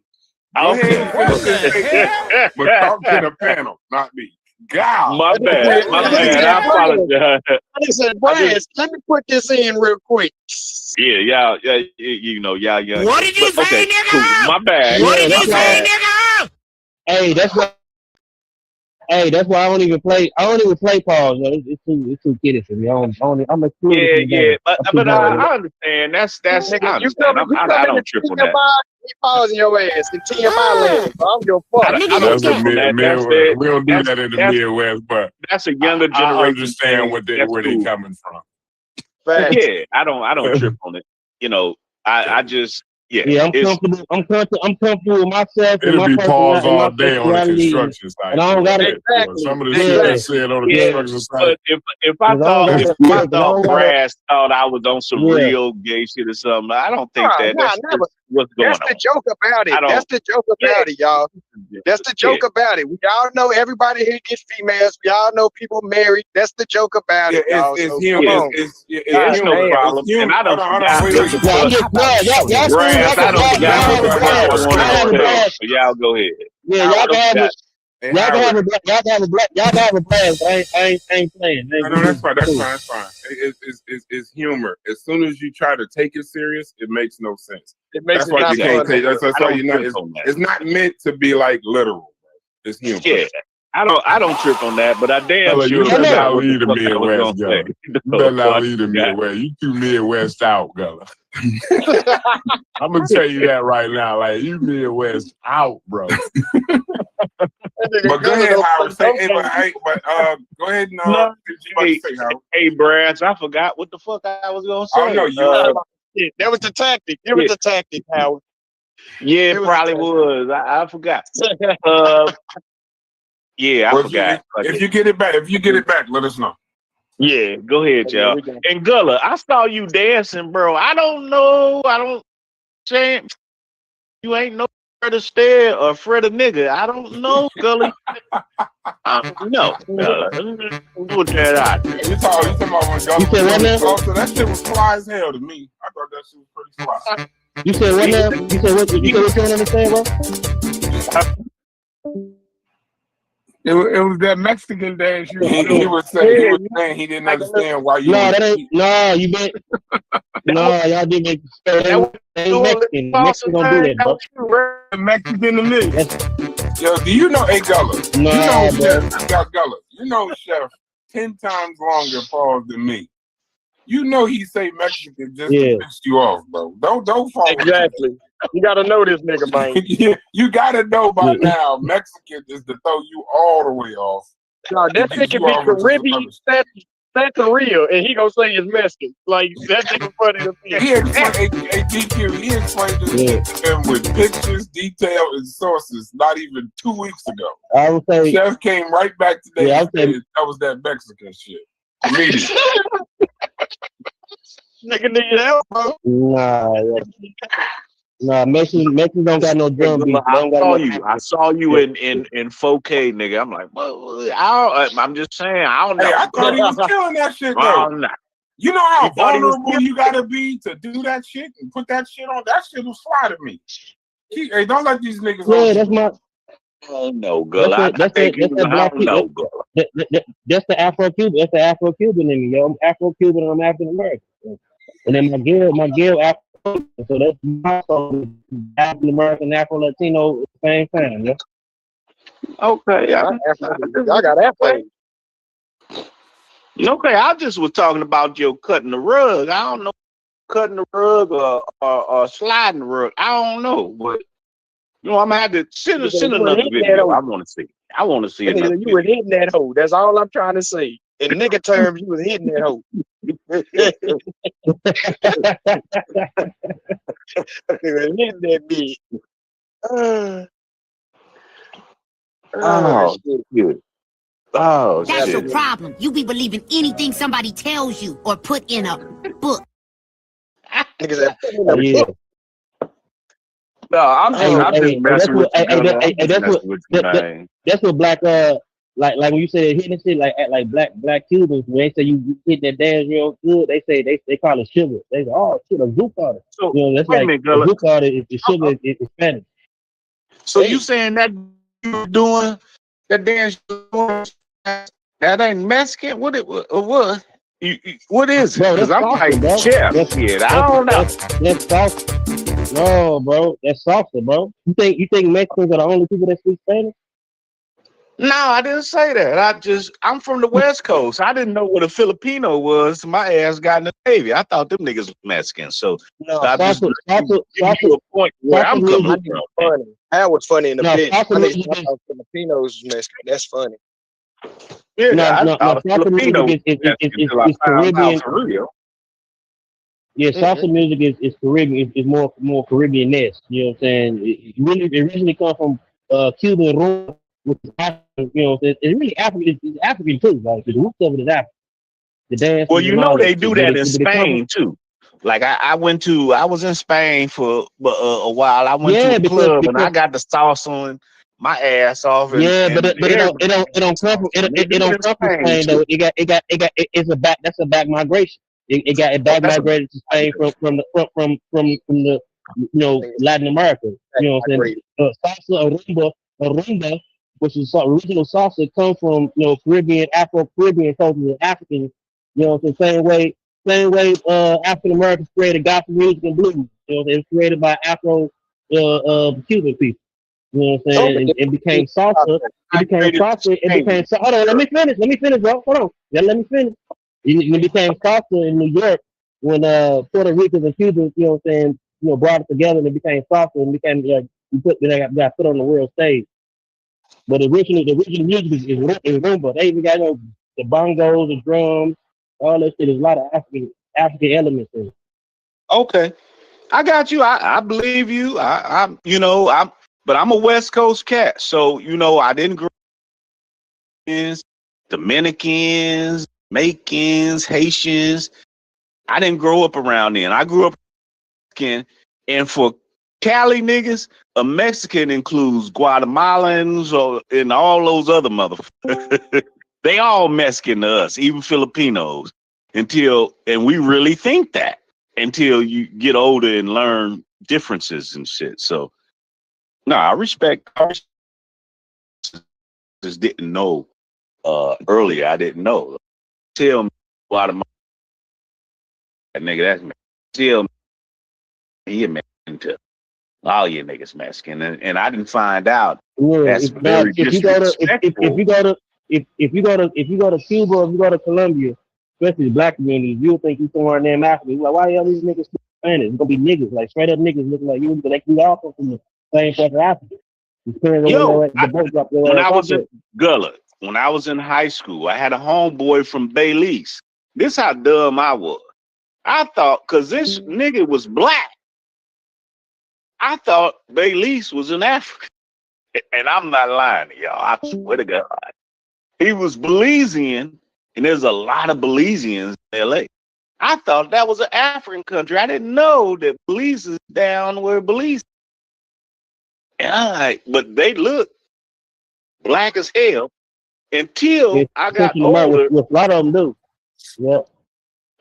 But check this out. Did you know that one of the biggest slave ports in that part of the world was in Belize? And I'm talking the African slave trade. Did you know that was one of the big slave ports in Belize? I learned that later on. Look it up, Shell. I said, damn. Yeah. What you mean you ain't looking it up? And then a lot of them be but most of the black Belizeans be Garifuna. Garifuna black, what they call black Arab, black runaways that used to mix with Native American and Carib people that in St. Vincent. But the British, they couldn't handle them. They had, they were so rebellious. They had to sign a treaty, and they took a lot of them to Guatemala and Honduras. So a lot of them Honduran, Belizean, Afro-Guatemalans, they be really we call them all Mexicans in LA. They all Mexicans. I'm just whatever y'all talked about today brought Aston B back into the conversation. So first off, Aston, Happy New Year. Hope everything is going well. For him to show up. I've been waiting for him to show up. I noticed things like that, like immediately, like, oh, okay, so y'all must have said something profound because this person just came back in here. Brendan's in the chat, shouts to him. And the only person missing is Reggie, but I know he running from Chief X right now. Chief X, bro. I saw that video. God damn, bro. That's dang. Sometimes you gotta tell a nigga how you feel about him, I guess. But I do got a question for Reggie, if he does come in here though, because this will go back to that Umar shit. But shouts to you, Aston. I see you in here. But yeah. So Chef, I think your job is done. You put the Thanos gauntlet on. You got everybody all mixed up and pissed off. Niggas doing shows on Sinetta. Motherfuckers calling each other pedophiles and putting their children on the screen and shit. I think your job is done. So I'm gonna need you to ease up off the pedal just a little bit. Because the only thing left was for a motherfucker to get beat up or shot or some shit like that, and I'd hate to. That's what we need to see that. Chef gonna have Reggie slap the shit out of Chief X, man. Like that video, boy. No, I thought I'm gonna say this though. Now, while I don't agree that motherfuckers should be saying shit like that online and all of that, I get it. I think publicly you leave that shit to the wayside or whatever. But in that same token, sometimes to get to where you need to get to with a nigga, somebody gotta go. No, hold on. Sometimes to get to where you gotta get to with a nigga, somebody gotta go all the way left, and then now y'all can see where y'all at. Because here's the thing, I'd rather him do that. As much as it was kind of distasteful, but as much as it may have left a sour pill, I still, at least Reggie now was know it a sour pill for you, Brass, or did you giggle a little bit like me? No, I didn't. I'm gonna be real. No, I'm gonna be real. People that don't know, what did we miss? Huh? For the people that don't know, what exactly did we miss? Oh, okay. Shouts to you. What happened was, I can't really tell you. Chef will really have to tell you. But him and Chief X did a video. I gotta go watch it at some point. But apparently he put Reggie's kids in the video, or his son in the video. Yeah, talking about that was terrible. And then I mean, shit. He called him his job, and his old job. Yeah, his job and lawsuits and court stuff. case But then and shit. I don't know how this came across, so I don't want to be the person caught in libel. But Smalls, Sue Smalls, I'll give you his address. He said that he called that he was basically intimating that Reggie was a pedophile of some sort. Or that he gave him some kind of vibes or some shit, something like that. Well, he asked the question like, why your family don't fuck with you, nigga? You must be something is up why your son and your ex-wife, or what he called a baby mama. That was terrible. That was terrible. Yeah. Bro, it was something along those lines. That's foul. That's no, foul. it is, but my point, That was terrible. I understand that. I get it. But here's my point. I would prefer, and Aston, you can tell me if you agree or disagree, or y'all, this would maybe be a different conversation we got.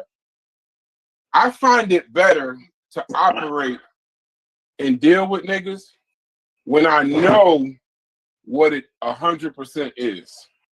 So if I know that this is how you feel and this is how you think, if I do choose to deal with you afterwards, at least I know that that's how you feel. You know what I'm saying? But like I know. You willing? Hold on. So what I'm saying, so my point is, and that kind of goes back to the show though, Howard. All of this shit to me, Aston, Howard, and anybody who can hear my voice, all this shit to me when everybody's talking to each other, similar to like the Stu Peas and Gullah situation earlier. These is a bunch of niggas that really don't like each other. Right. And the thing is, they trying to discuss Egypt and have like a conversation where I'm informing you something, you informing me something. But the base level of it is, I really don't fuck with you. Right. And I don't think they always just say it. Some of them say it, but I don't think all of them say it. I don't think it's really like, because if you really didn't fuck with them, you wouldn't talk to them. But this Egyptian conversation is so fucking contagious, I guess, that somehow you feel forced to have to talk to a motherfucker that you don't like. But you don't. You don't have to talk to them ever. You don't ever have to speak to these people. But it's your Egyptian infection that's forcing you to be in conversations on the same panels and same rooms with and responding to shows and titles and names. All of that shit is because you really don't like them. You're not really having an Egyptian conversation. You're sorting out some personal shit. I at least respect the fact that Chief X didn't start talking about that and then start talking about Egypt. At least he just said all that ignorant ass shit so that Reggie know what it is. Now, if Reggie get on a panel with the nigga tomorrow or the next day, who's crazy, Reggie or him? Well, no, here's the thing. Now, to me, it's entertaining, but I ain't Reggie. Because I laughed and I said, oh, yeah, that's fucked up. But I giggled. I'm not going to lie. But the shit was entertaining. But from Reggie's point of view, oh, nigga, you going to, if I see you ever in life, for real, if I see you, oh, nigga, we going to have to, you know, yeah. We going to have to, you know, I ain't saying, y'all know. Nah, nigga. But, no. But Howard, do you know how crazy it sounds? You know, my dad always taught me, before you make a decision, always picture this. I want you to, now they in New York. So if Reggie was to try to beat Chief X's ass over this conversation, I just would wish that Reggie would picture himself in central booking when the criminals in Rikers ask him, one guy says, I'm in here for carjacking, the other nigga says fraud, another nigga says assault, some shit like that. And somebody asks him what he's in there for, saying that you in here because you and another nigga disagreed over Black Egypt and a YouTube video, that sounds absolutely fucking insane. I ain't gonna say that. I'm gonna say I'm in here for beating a nigga ass who. Okay, now wait, Howard. Well, why you beat his ass? Yeah, why you beat his ass? Because y'all disagreed on the Levant or some silly ass. Did he owe you money? I ain't gonna say that. Hey, Howard, hold on. I'm gonna go right to you, and then Howard. I'm gonna even if you don't want to tell the inmates what you think, then reverse it. When you get sentenced, because it's all elder abuse. These are all old niggas we talking about. So if you hit a nigga wrong, if you hit a old nigga wrong, you fuck around and speed up his time here on this earth. And now you about to get sentenced. And the shit all started from Corey saying, we just a bunch of Levant niggas. See how stupid it sounds, bro? It's dumb. Right. You are totally 100% right, Brass. I'm not disagreeing with you, but sometimes there's some nuance behind shit, and that damn show ain't telling Corey when I'm in the studio. I hate when you conscious community niggas use the word. Hey, you conscious community niggas. Nuance. Hold on. Y'all done fuck the word nuance up so bad that when I hear it used in plain vernacular, it makes me fucking nauseous when I hear people say nuance, because y'all done destroyed the fucking word. But I think every time, but I think every time we mention that online, we are making it worse, right? We're actually, you know, that makes more people want to go watch it. You dig what I'm saying? So, because if a lot of people didn't watch it, they started this shit. No, let me get this out. So if we think it was immature and it's disgusting to even do that, you dig what I'm saying? Then we shouldn't highlight it for other people, because we black. You know what I mean? We like a little bullshit. So we're cracking this shit. You dig what I'm saying? So every time we mention it, and chuckle, right? And then we say, yo, I don't like that shit. Other people want to know, well, what is it? So they gonna go watch it. You know what I mean? So we just gave him some views. Hey, Chef, I think the majority of the shit y'all talking about when it comes to Egyptian is immature and irresponsible. And if that's the case, that ain't the same. No, it ain't. No, I'm not saying it's the same. But so, for example, when you do it like that, Paul, when we have that conversation like that, then what you can't do, what you should do within your right, is you can't say, well, dude was talking about you last night on YouTube, and this is what he said. It's the same shit. All of this shit is messy. Hold on, Howard. It's all the problem is not with what Chef said. The challenge is the content. All this shit is back and forth, chatty patty, messy shit. It ain't like this person challenged your scholarship last night and I need you to go back with a scholarship. Yeah, it's different. No, but that's not what's happening. When Chef said to Corey, did you hear what Dude said last night? Oh, you didn't hear it? This is what he said. It's no different than we might as well have been sitting at a lunch table in high school talking about some shit that niggas said on the phone. That's completely different. That you think he said it for educational purposes? No, listen. I didn't say, yo, he said you was stupid. I didn't. It was. I said I told him what he said about Corey's position. Right now, I'm a little bit hood, so maybe it didn't come off scholarly. Right. I don't have that ability. But basically, I was trying to do the same thing. And you see how me and Corey kept it on the conversation on Unc's critique of his position. We didn't move from that. Oh, y'all on some other shit. I don't know about that. Y'all on some other shit. Okay, we didn't move from that.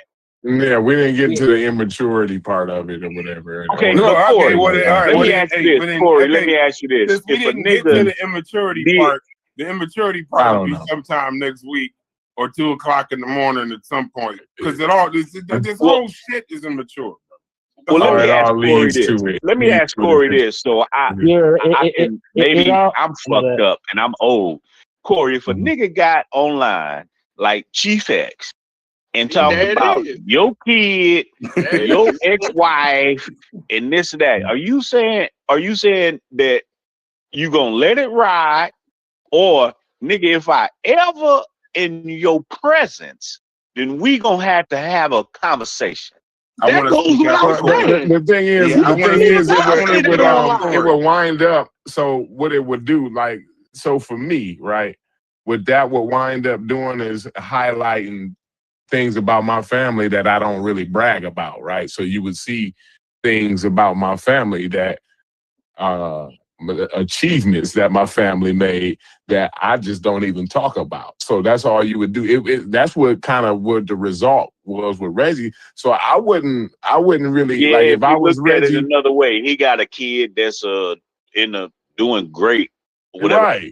And the kid looks like Reggie. He actually looks like a dark-skinned Reggie. Like, to me, you know what I'm saying? You can look at it that way, but he trying to put it out there to spin it in a certain narrative. But you can't, because I ain't going for it. So what I'm saying is, the average guy who got a half a piece of sense saw that, Reggie is who he say he is. You know what I'm saying? And this fool looked like a fool by himself trying to make Reggie look bad. That is true. But all he did is prove that Reggie made him who he say he is. You know what I saw that. But Reggie's not but I'm saying you wouldn't slap him. You wouldn't slap the shit out that nigga for trying to do that to you? These niggas if I was in his presence, and I thought about it, I might, knowing me, because I'm kind of a wild man, but I don't expect everybody to be wild like me, though. Okay, then Corey and Howard, I got a question. Yeah, Corey and Howard, he might get the Will Smith. He might get the Will Smith from me. So cool. Will Smith. So Corey and Howard and Gullah, I got a question. If we teach kids to use your fucking words, and a motherfucker say some shit to you, right? He didn't put his hands on you. He ain't threatening you to fight, no shit like that. He just said some salacious ass shit.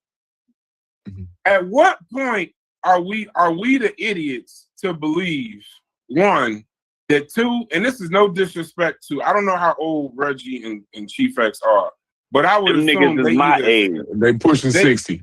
Right. So they either seniors about to be that. It ain't no way in hell that two seniors should be fighting over some shit that somebody said online. No, not two seniors. If I'm a senior, you're right. You're absolutely right. I got you. Right. So, but no, and this is Corey, but Howard, stay right here. But this is what I mean by But this is what I mean by it all ends up in just mess, because when Chef tells Corey about such and such said about your scholarship, right? And then Corey responds with the scholarship, right? Corey also knows that underneath all of that, it's the nigga's drunk, the nigga dotted all this other bullshit. It ain't gonna stay there. You understand what I'm saying? All the shit with G-Fex and Reggie started with, I guess, because I think I was at that show. It was on Chef's show where they was disagreeing on some scholarship shit or something. Right. And then the next day or so, a full hour expose come out on Reggie. Reggie so it may stay. So that's what I'm trying to say. Hold on. Insignificant or something. That's what got him. Something Reggie said. He doesn't mean it. Innocent. That's what I'm saying. But what I'm saying though is in this kind of scholarship, right? That's why I'm always hesitant to call this shit teaching or even call it scholarship. Yeah, because niggas will say shit like underneath. It's like a nigga saying some high level source stuff bullshit, but he's saying some high level source stuff shit. But underneath, because of all these years of the personal shit and the jabs and this, the nigga is talking to you about such and such and such and such, but all you hear is the ignorant shit. So underneath, Reggie probably said an hour of intelligent shit, but the only thing that he heard was he's irrelevant. That he's insignificant or irrelevant or something like that. Yeah. So that's what I'm saying. Like, you can't call this shit scholarship. It's not. This is some personal shit that you just waiting to hear some bullshit. You just waiting to hear. So hold on. So for me, and I might be about to go somewhere else, right? Because you are. Is Aston and Gullah still here? Yeah.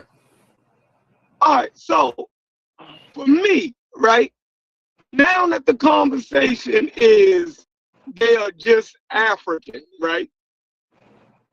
For me, being my age, that wasn't the reason for us being taught about African civilization, right? That, you know what I mean? We were taught Egypt and different to have pride that our race actually participated in a civilization. Did some great things. Exactly. So to now just say that I was just saying that they were just African, if they ain't black African, right, who Europeans said that the black African was the uncivilized and the one that never, should be enslaved because they never was on the level of other people. That I thought that's why to Egypt and different. You know what I mean? The beginning, though, yeah. You're right. Hold on.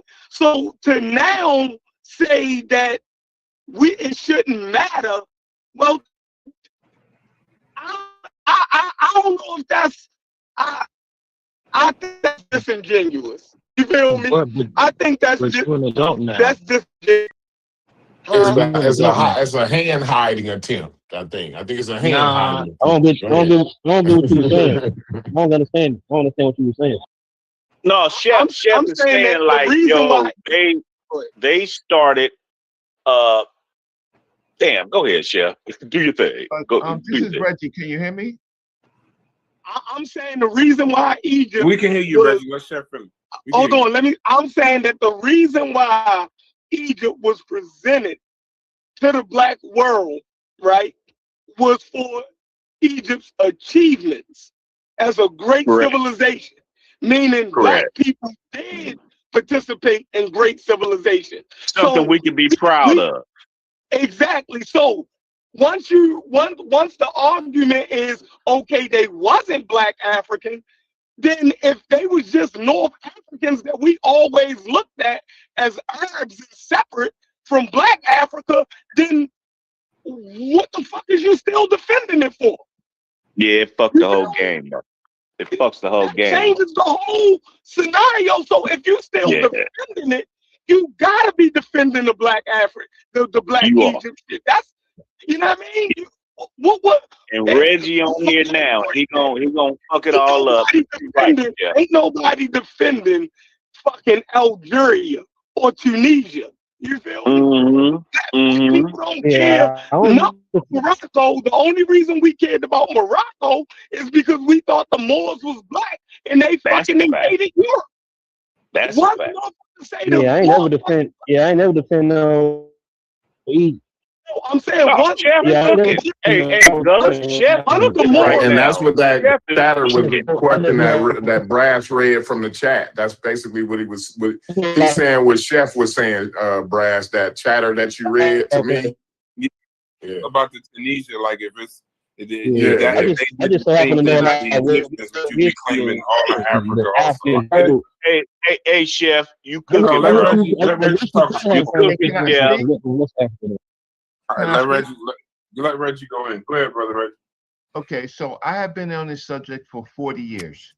That's longer than some of you have been born. That's my whole life, Reggie. My whole life. Go ahead. Reggie, am I on point with why we arrived at Egypt or why we held Egypt? And right, so that would be the only reason for the argument. Not that they I think that Chef has a lot of good points, but he was cooking. I just want to add to it. So I joined the Department of Black Studies. I was a student, and then I joined ASCAD, which was something that the advanced students would join. Association for the Study of Classical African Civilizations. One of the civilizations that we studied was Egypt, right? How we got to Egypt is because of in the late 1800s, Furman, the first ambassador of Haiti, one of the first ambassadors Haiti went to Egypt, and he said that Egypt is not what we think. We could see African people there. We could see black people there, right? Diop. What you mean by black people, Reggie? Come on, man. You know what black is. Come on, don't meaning they look okay, like. I'm gonna let him cook. Go ahead. Yeah. Go ahead. So what they meant was we identified ourselves as black from all of our hairstyles, our nose, our culture, and how can I say? And people of Haiti decided identified with being black, Noor, right? Noor, and a lot of that has to do with the enslavement. But nevertheless, we were separate than the other people. So when Furman went to Egypt, he said they looked like us, which was Noor, because they were speaking French then. Then a whole generation, a whole cultural movement began in France, largely in France, before it even hit America, about the Egyptians being Noor, black. Then our scholars started intersecting with the European world, right? And so when we did that, Dr. John Henry Clark, or first it was Dr. Leonard Jeffries. Dr. Leonard Jeffries met Diop in about 58, 57, right? Diop had written his African Origin and Civilization in 56. So my professor met him in 58. Well, Reggie, can I interject something? You said that they said that those people were black, or did they say those people were African? I don't know if you playing word games or not. I'm not playing word games. Who am I talking to? Who am I talking to? Who am I talking to? My name I need to know who I'm talking to. My name is Howard. Okay, Howard. How you doing, Reggie? Okay, fine, Howard. I said what I said, Howard. Okay, but I wanted word games. You are trying to change. I wanted some clarification. I wanted some clarification. Howard, I speak English. He said they said that they were black, Noor. He said, Noor. Yeah, he said it. I said it two ways. Okay, but is that the correctly what they said, or did they say they were? That's what they said. That's what they said. Go read. I'm asking him the damn question, Chef. Don't answer for his ass. I'm telling you that you are unqualified to ask me the question. Come on, Reggie, don't do that, Reggie. That the word is Noor, right? You can look it up. Okay, go ahead, Reggie. Don't trip out. Don't spaz out on me. Go ahead, Reggie. No, I'm saying you don't gotta act bougie, bro. You be humble. Look at Diop's works. Look at Diop and Obenga's works in French, and you will see Noor. That means black. I got you, brother. I didn't answer the question. Why you mad? I'm not mad. I'm really not mad. I am saddened that you have listening comprehension. You saddened? Okay, go ahead. Go ahead, brother. Go ahead, brother. Right? Yo, that is the funniest way to disrespect a nigga. I'm sad. He said, I'm saddened. I'm definitely gonna use that. I'm definitely gonna use it. I'm using that, Reggie. I'm saddened. Because of your saddened by your trick ass. I'm gonna say that to my son. Matter of fact, you just gave me. Let me call my son real quick. You tell him, no, Brass. You're not gonna tell your son you sad. I'm saddened. Your ass dropped 2 passes in cat. I'm saddened. No, but go ahead. Go ahead, Reg. I am trying to help on the topic, right? You have a topic of this show, right? Unqualified and uneducated, right? And the reason why you did it is because you are saddened that so many people are unqualified and uneducated to be talking about a subject. I'm finna go get my red beans and rice. Hey, now you on point right there. Now you cooking. I didn't know that's where you was going, but now you cooking. You're 100% right. So I support topics.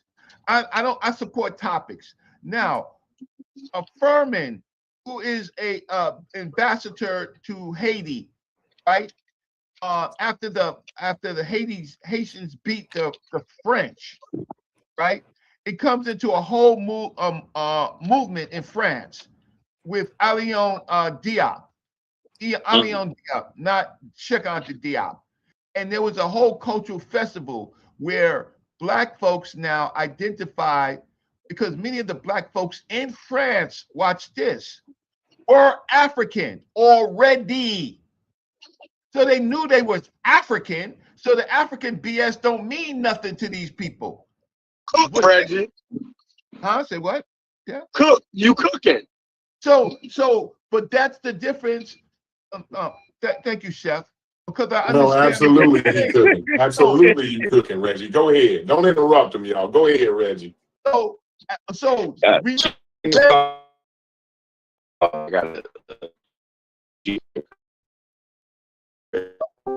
Obenga and Diop, right? And Allion Diop in the whole cultural movement in France, right? They all were African. They knew they was effing African. That's not, but then they're looking at, now they're re-looking at their civilizations. Sorry, let me. Hey Reggie, though, can you do me a favor? Can you start back with you, because you said that the French, you was corresponding with the Africans that was in France, right? And they already understood that they was African, right? Can you start from right there again? Because I don't think they heard that part. Okay, there was a cultural movement in the Negritude movement. Well, the Negritude was actually the opposite of it. The Negritude movement was something like the Black American movement in France, where we were Negro Europeans, right? We were Negroes, right? Before we were African American, we were proud Negroes. Negro, right? But in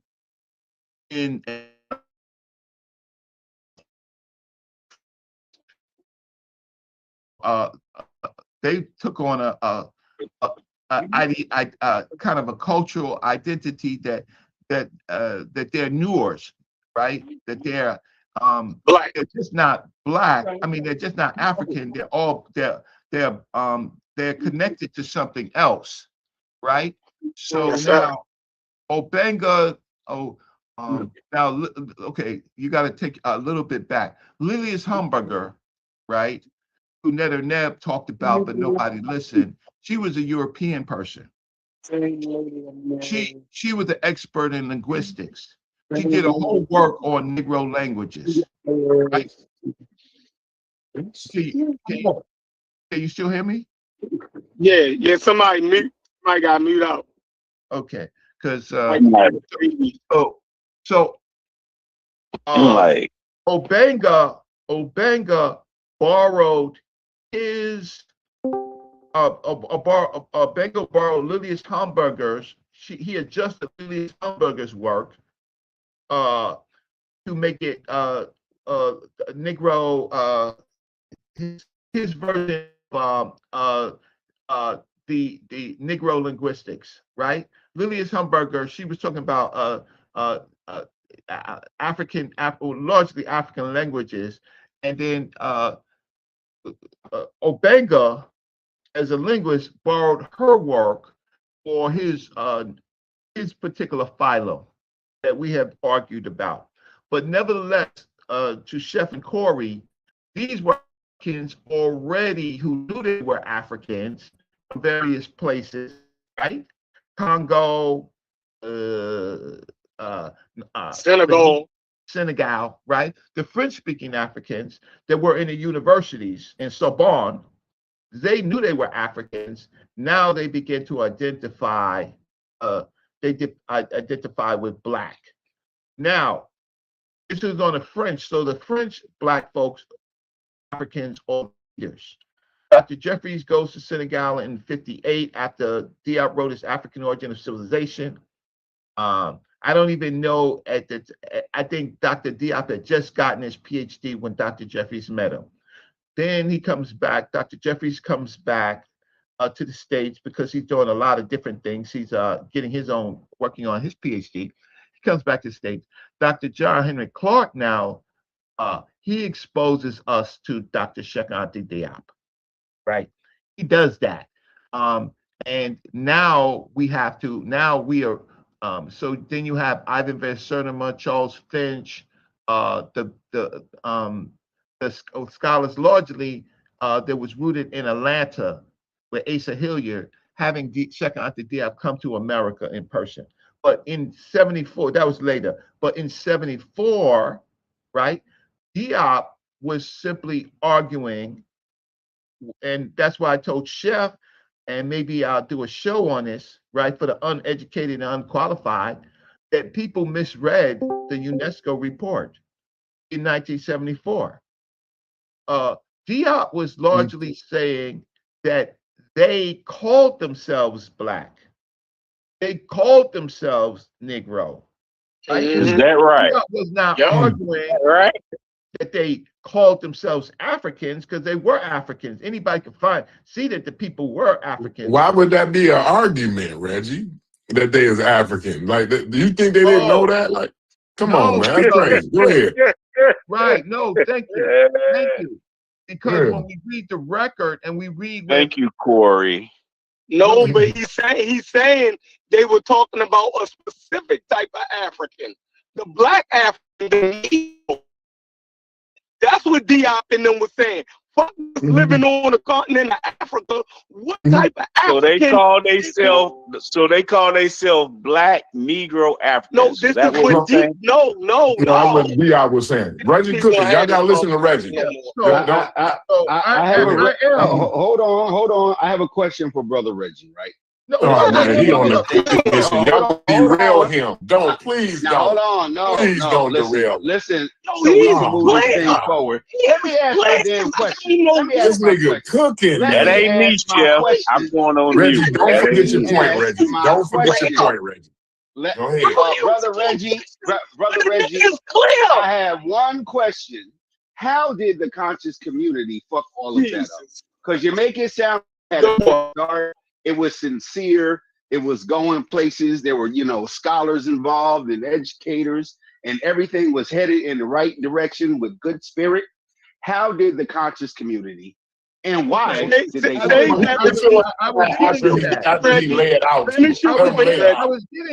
was getting to that, right? Yeah. So we bring Cheikh Anta Diop into America, or he's brought into America to talk to our Black scholars who are not part of that conscious community. They were part of the Black intellectual African collection, right? That generation. That's Asa Hilliard, Dr. Jeffries, Dr. Ben, Dr. Clark. that's Malefic, Kitate, Malala Karenga. That's my parent generation. Those groups of people. Now, these people are educators, right? They're educators. Some of them actually frustrated with where they are. They begin to enter what I call the bazaar. The bazaar is when you have a festival and you got a table, really a goddamn tent, right? A market. It's a market. A market, right? Mhm. A Muslim market, right? Yes, where Lord. every table you go to, oh, let me buy your book. Oh shit, let me buy your book. Right? Right? It becomes a goddamn market. Now, when it's in the marketplace, now the most how can I say shiniest, pseudoest bullshit starts to appear. Right? So then you have so now you have scholars relaxing their scholastic abilities because they don't have to do it in academia. They just have to write books to be shiny. So then we have all of this in the market, the goddamn bazaar. We have some scholars like Van Sertima, right? Van Sertima, he creates a journal. Except for his own book, a lot of Van Sertima's great work. I mean, his works are great. Then we have other people with all these fringe ideas because they see that works like before they came before Columbus makes money. They don't want the dry historical books of, George G.M. James, Stolen Legacy. Go ahead. Well, no, that was exotic. That That made a lot of money, right? Shit, because now you got blacks. That was one of my first conscious reads, Reggie. Yo, stop So interrupting. you gonna let him crash out, Corey? You gonna let him crash out, Corey? That's how they do me, yo. Man, don't cut people off. Let them cook. So I'm not interrupting. I'm just ad-libbing to what he's saying. Yeah. So I wasn't interrupting either. Let them cook. There, bro. Okay, my bad. Yeah, that's how they did me. I ain't even finished my presentation. Okay, fuck it. It's your presentation. Fuck it. Yeah. I'm like, fuck it. No, you good, bro. No, I was agreeing Reggie. with you. Yeah, why you getting defensive? I'm just saying they didn't let me finish mine. They did the same thing to me. That's what I was saying. Do your thing, Shaq. Do your thing, Shaq. I do understand that. Stop fucking around and do your thing, Shaq. Yeah, Shaq. Shaq is actually. But the fact of the matter is, the fact of the matter is the bazaar. So now you have people saying, here, now we're in this whole black movement in America, right? Now we are adjusting our own identity in America, right? So now we are being exotic. Now, being exotic means, okay, it's not just good enough to be African American, or when you say we, you talking about who are you talking about? We? You talking about the entire black folks at that time? I'm talking about the black intellectuals, the black media. I'm thinking you're talking about black niggas in New York. But go ahead when you say we. I'm never talking about New York when it comes to this, because New York is just only one of the places. I'm talking about the black cities and places where we were at the time period of the blackology is an American endeavor, absolutely. Yeah. Okay. Wherever you got black schools and everything, this shit is being discussed. That's correct. Okay. So this is a new contrast to the whiteness that the frustration of whiteness that has been put on us. Now we're hearing black facts, or what we think is black facts, and we are trying to adjust our sensibilities. But at the same time, the intellectual community, right? They are making money in two ways. They're making money on their day jobs, right? And they're making money in the fucking market. Right? So now the shit becomes intellectually, watch this. It becomes intellectually bonded. I'm Dr. So-and-so, or I'm Professor so-and-so, and then I say this, and then it has to be the absolute fucking truth. Right? Because the people do not know. Right? So then you have this whole thing, Dr. Francis Cress's Wilson, you have a lot of people coming up in this goddamn bazaar. Everybody they're competing being exotic. Now, that has nothing to do with what Cheikh Anta Diop was trying to do. Nothing at all. Dr. Cheikh Anta Diop's work was purely intellectual. What does competing being exotic? You know, they're competing for money. Black. No, there's a contrast. Okay. There's a contrast. Some people are in the market, in the bazaar, meaning Dr. Cheikh Anta Diop and Dr. Obenga, intellectually, two of them took on. They in academia. They are in academia. Right. They took on status quo. They took on the status quo of the world's understanding. Why you helping this nigga, Chef? Y'all have no self-control. Y'all fucking relax and let the brother cook. Go ahead, Brother Richie. I'm trying to get to the answer. How I got fucked up. Unqualified and fucking undereducated. So when you have somebody who can at least tell you the story, because I personally know many of these people, right? That doesn't count for you people. So you want to interject, but many of you wasn't even fucking born when this was going on, right? So many of you do not know on Diop's book, not second book, but one of his last books, Civilization of Barbarism, I was actually on a translation team. That's how close I was to the shit. So I got to argue with the uneducated, unqualified, and just ignorant, right? Who just how'd that work out? How'd that work out for you, brother, being on the team? How'd that work out? Explain that. It worked out great because the book was published, and the book was published using a computer, right? For the first time in black, how could I say, in black publishing. One of the first major books in black publishing is Civilization of Barbarism, right? And it was done in Dr. Leonard Jeffries' office, in his in the office of the chairman, and I was in charge of it. How that worked out? It worked out really, really great, because then after that, people started publishing not on a selectric type goddamn writer, but actually on PCs before Microsoft fucking Word.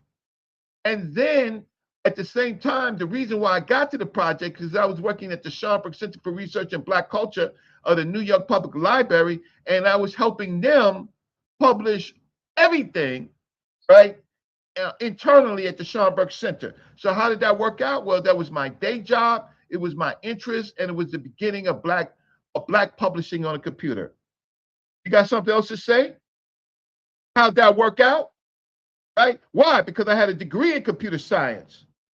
So my endeavors at the Schomburg and this publication, when it became commercial, certainly more people was using computer.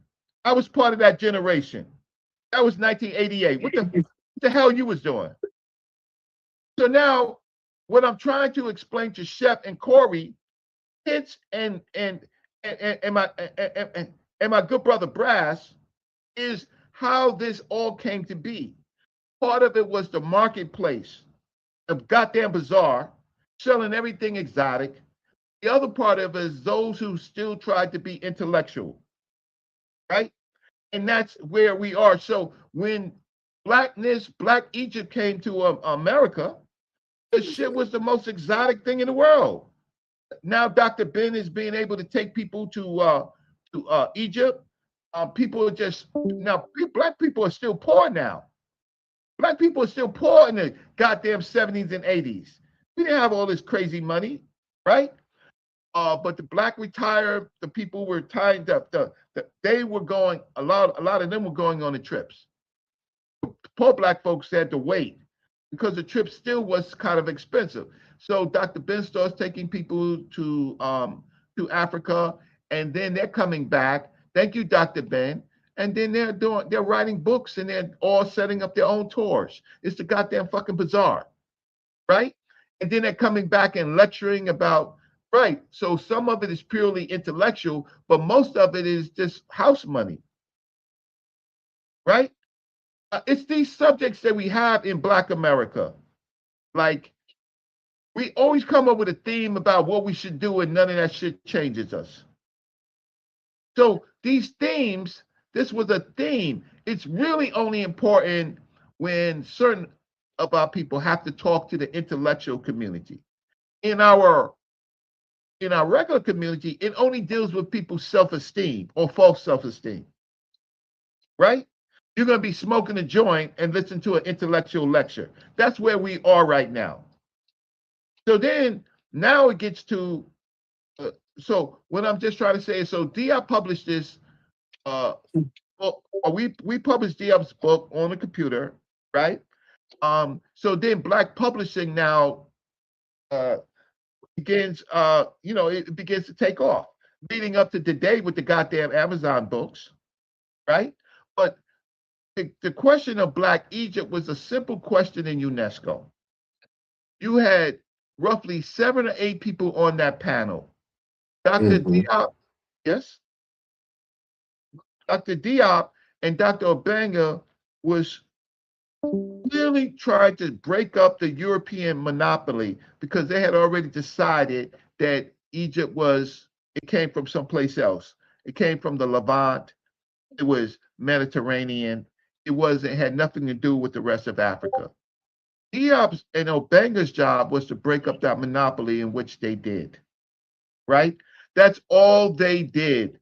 Now history is on Diop and Obanga's side, right? That it comes from Africa. Ankh uses the word indigenous, but in a UNESCO conference, they did not say indigenous. What they did say was it was African, right? And to hide the fact that it was Black, where everybody else, they was calling everybody else as Black, they just left Egypt as an African civilization. They didn't want to say it was Black, but they were calling everybody, this is the most hideous, methodical racism in the world. Everywhere else in that region, they're calling people Black, right? The Sudan, the Negro Pharaohs, right? Every place else in that region, in that area, is Black. Ethiopia, right? But they would not want to apply the word Black itself to Egypt, right? And so what they did they took the best scholars, Verkota, Dr. Verkota, right? He is like the dean of the fucking conference. He comes in and, there's no race. Racism is this, but everything he uses to maintain the status quo is race, right? Then you have fucking Sonoran, who we've been arguing with for fucking 3-4 the whole would have conversation. Fucking Sonoran comes in there, right? He blurts out something, and we know he blurts out something because he never issued a final report on what he said. When they asked for an explanation, he never issued it when he was countering Diop. And he made a hideous mistake in there, right? Which I'm trying to work out, right? Meaning I wrote UNESCO for an errata. I'll see if they get back to me. And then I'm going to publish something in a repository, right? On goddamn Sonoran's mistake, right? And then you have Abdullah. Abdullah is basically, they weren't Black. He was more like the Sarim Hotep in those. It don't mean Black, but he never told you what Kemet meant. But it don't mean Black. And then there is there's a woman professor. She was very, very good. So I'll read that into the record. So I'm going to stop. I just wanted to give you a snapshot and say that how did we get here? We got here because for some people who are intellectual, right, charismatic, it was a money grab, right? For those people who maintain to try to be intellectual, they tried to answer a question. The subject itself is not going to change us and get us free. It's really a narrow conversation, but it's popular, right? It's a popular conversation, but it's not going to change our lives.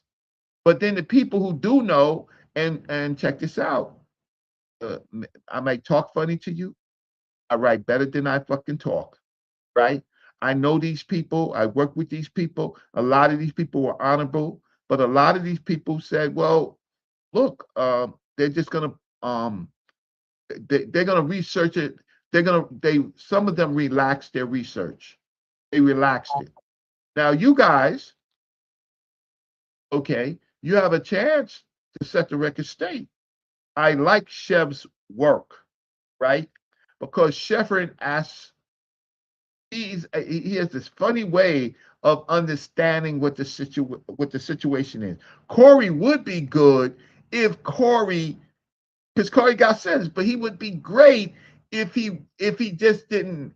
He was the leader running around at one point with Chief X. When Chief X was talking about Egypt is Mediterranean, look at their hair, right?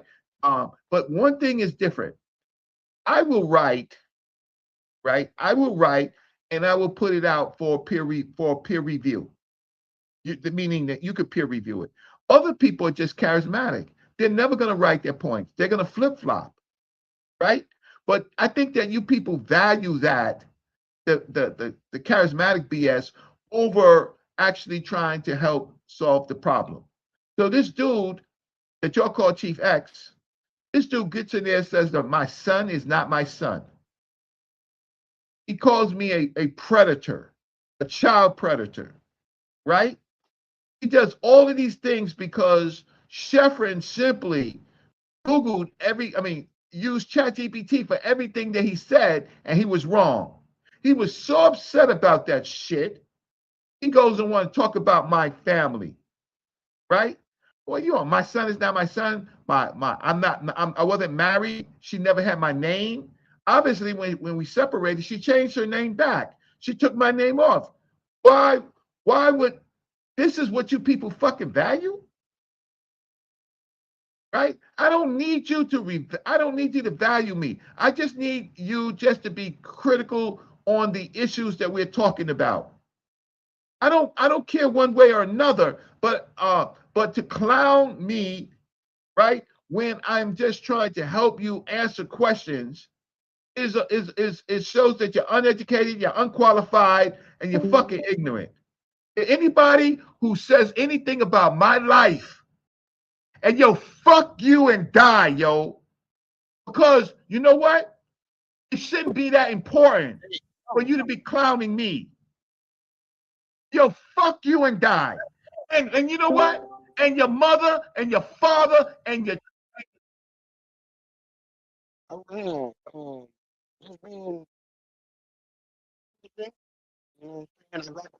don't like this image being, but what he doing right now. So Reggie, gather yourself. I'm about to unmute you, bro. Yeah. Just get back. He getting his get back. He getting his get back. I know he is. God. So the point is, y'all allow this stuff. When you see people crossing the line, but at the same time, when other people was crossing the line, you didn't do anything. But you let a person cross the line on a purely intellectual conversation. People want to know. People want to know. But you, some of you in the chat, right? In the chat, who's talking about me and my family, right? I'm an accomplished person. My wife is my former wife is an accomplished person. My son is an accomplished person. So why would you tear down accomplished people? For what reason? Is everything a joke? So I think I landed my plane on Chef's show or some other show. I will come back to this question on Diop's why Africa itself is not good enough. Hey, and I think that's Shep's major point. That's a very important point. Africa, they being African is not the biggest point. That is a good Hey, point. Reggie. So I want you to hear my words and not get upset, right? But I'm just gonna speak plainly. So I don't have no dog in the fight. But I think it's hypocritical of you and others in this conversation. Now, I don't agree with the tenor of the conversation the Chief X brought to the table. But I don't like when anybody does it. To think that he's the first one to do it is hilarious. When y'all discuss this, Hicks asked a good question. He said, "How did y'all get here?" Right? If that's what all of this was before, how did you get here? And I think one of the main reasons, and it don't really bother me to say it, but I think one of the main reasons why y'all got here is because when y'all got to YouTube, the biggest voice was the most ignorant. Now I know you can't say it, right? Or you won't say it, or I won't ask you to say it, right? That's not a shot at you. But I think when you got the loudest voice breeding the most contempt and calling it scholarship, when you got the loudest voice with the most views and the biggest following, all of these guys is basically follow. You can look at the shows and see the blueprint was laid by Sonetta in Harlem. So when he's laid the YouTube foundation of education, be salacious, be humorous, talk bad about this, Chief X talked about your daughter. He talked about people's daughters. Other niggas talked about people's daughters. Part of the reason why I titled the show that I'm saying it, and that's why I say don't take the hypocritical part as disrespect, right? Matter of fact, I'll even take it back if you did. But my point is that that's the title of the show. This is all grifting. It's all snake oil. This is personal beefs being sorted out and calling it Black Egypt by a bunch of people, not all, but by a bunch of people that are uneducated and underqualified to even have the conversation. Even when y'all go get people that are qualified to have this conversation, they end up in Chinese food takeout in a microwave. So when you're in a community that, as far as I'm concerned, when they start complaining about why there's no respect being shown in the community, the whole community is disrespectful. The whole thing is disrespectful. Well, if you're not called, if one person ain't being called a drunk, the other's being called a drug addict, the other's being called a pedophile. I don't know why anybody would be surprised that Chief X would make a video like that.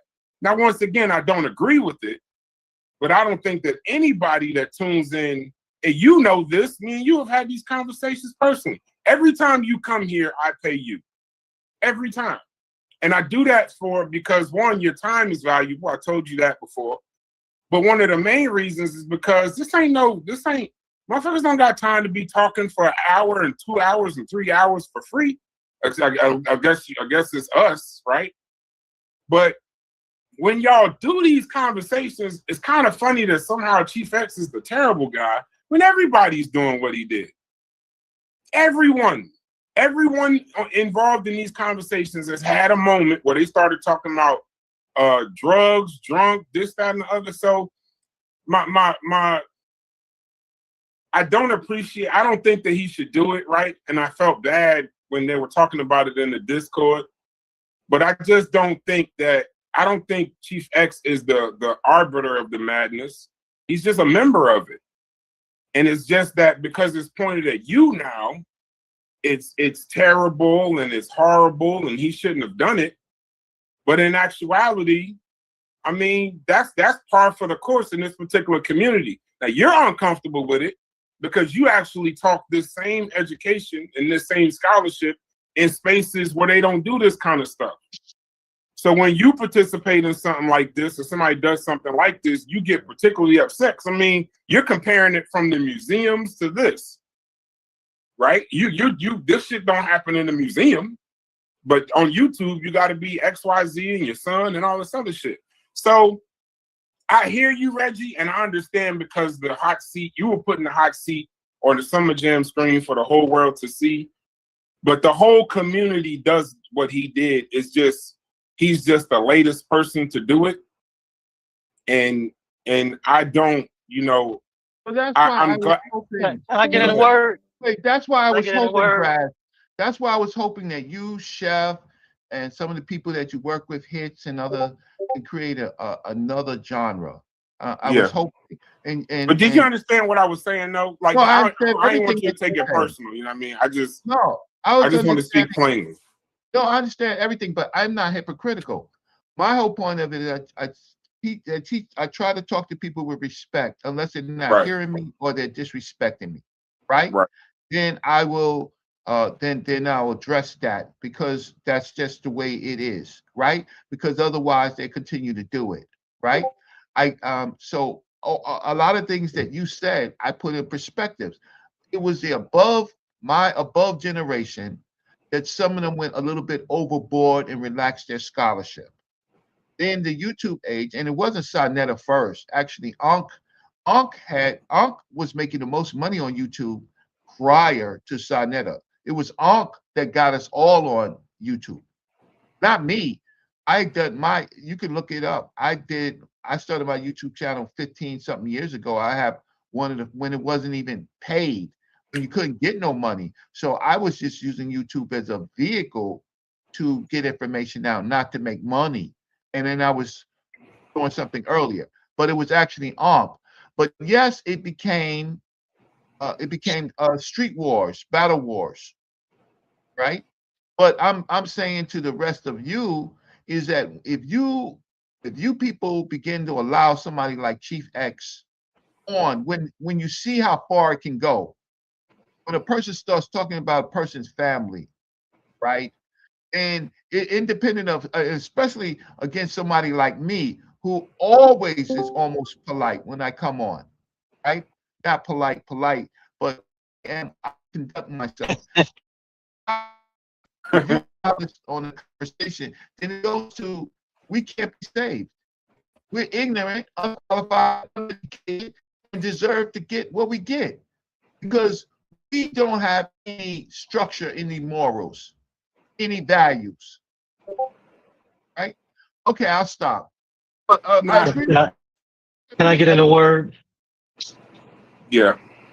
I want to say two things. Number one, I don't think anybody actually answered Chef's question. What was his question? About why being black is not enough and how people pivoted. They were taught a long time ago they was black, but now they just African and this and that. In a way, he's right. But what you see in the pivot and them just being African and not being black is people need to grow up, right? And so when kids are young, you tell them about, Santa Claus and this and that and the tooth fairy. And if you don't go to sleep on time, the boogeyman is going to get you. And, you tell black kids they descended from kings and queens, right? And then you look at Egypt and stuff for their self-esteem and for whatever reason you do it. But as you get older, people shouldn't need that type of stories or boost their self-esteem. They should watch that. And that's when you deal with real information and real scholarship. And that is why just saying a population is black, it really shouldn't be enough. That's like the least thing. And anybody that's actually been to Egypt you don't even have to question it. When you land there right now in 2026, you're going to see black people and they're not going to be Nubians. So I don't get the whole idea that we have to choose. Oh, they can't be this or that, or they can't be black Africans that are not black. Why can't they just be both? You get down there right now as people that fit the range from extremely light to nearly pitch black. And so, that's that. But it's time for people to kind of grow up. And it seems like the community, it's like a circus. So, of course, if the community is a circus, don't be surprised when every single person you run into is a clown. And people's scholarship hasn't really got to the point where they can say anything else. It's like a base conversation about race when really the details are a lot more important and really a lot more interesting than that. But we never really get there because are they black or are they not? Well, and then the conversation is so dumb. You're arguing about how they look, but no one would even introduce, skull measurements and stuff. You can measure Egyptian skulls and take a measurement of Africans all around Africa and see, okay, who are they closest to? These people here, okay, how do we view those people? Are those people black? Well, then, no, yes, okay, well then, there's your answer. But we don't even get that far into the scholarship. So, I pop in every now and then. He asked him. Yeah. Asked him real quick, because I know you pop in and then you also pop out. Pause. I want to catch you before you go. But back to the point of, but you breed the conversation that way. Like if you start off Jerry Springer, and no matter who started the YouTube community, Sonetta took it and ran with it, apparently. Like there's a difference between what he's doing, size scale, and station started it. That would be the person who monetized it. And even if the guys is making money, they're not doing. So, Matrix, brass. Yeah. You must be orange. Can you hear me now? Yeah, we can hear you now. You must have just left East Orange. Go ahead. Okay. So even if other people started it, he took it and ran with it, right? So he would be considered the pioneer of it. Even if not a pioneer, but other people pioneered it, he's the first pop member of it, whatever. So right. However it works, that would be the person you would go to. But my point to you, Aston, I used to blame the crowd, right? But I've seen that this crowd was the crowd. You can't really blame the crowd because they was taught to be that way. Yeah. When I've seen people try, I've actually done it myself, tried to do something that didn't have a whole bunch of bickering and arguing and, just plain informational. And then even that gets turned into something ignorant for, you know what I'm saying? So the crowd, the level, and Reggie, I missed this point when me and Reggie was talking. Me and Reggie spoke before about this. And Chef says this all the time. Chef could get online and talk about Ballad of the Bullet, or Fetty can get on there talking about genetics and IQ and just do slides and just give information. And you're going to get about 10, 15 people, maybe 20, right? And then that's that. But if a motherfucker get up worrying about whether Garfield did a debate or this person doing drugs or that person doing drugs or somebody's child, you got 100-some people in the building all looking for the mess. So apparently they taught the crowd to look for the mess. But then they complain that that's all they're looking for is the mess. I'm trying to give you a message and you just want the mess. It's a devil's loop. It don't make sense. So when people complain about it, specifically the thought leaders in the conscious community, when you complain about it, I didn't mean to really say Reggie was hypocritical, but the idea is hypocritical. Because even the debate, like I don't know how you can make a debate about flat earth entertaining, but it'll be the slander and the jabs before. Then you would have something where I saw one debate that they put on, and I don't mind saying names, so I don't got nothing personal against these people. If you want to call the debates that Sonetta and them do scholarly debates, then you never went to school. Right. That's not Those are debates. That's not. I was a member of debate clubs. Y'all, I'm sure y'all all were members of somewhere where you did a scholarly debate. That ain't scholarship. I see these conversations on YouTube. I know a lot. I don't know anything about it, but it ain't scholarship.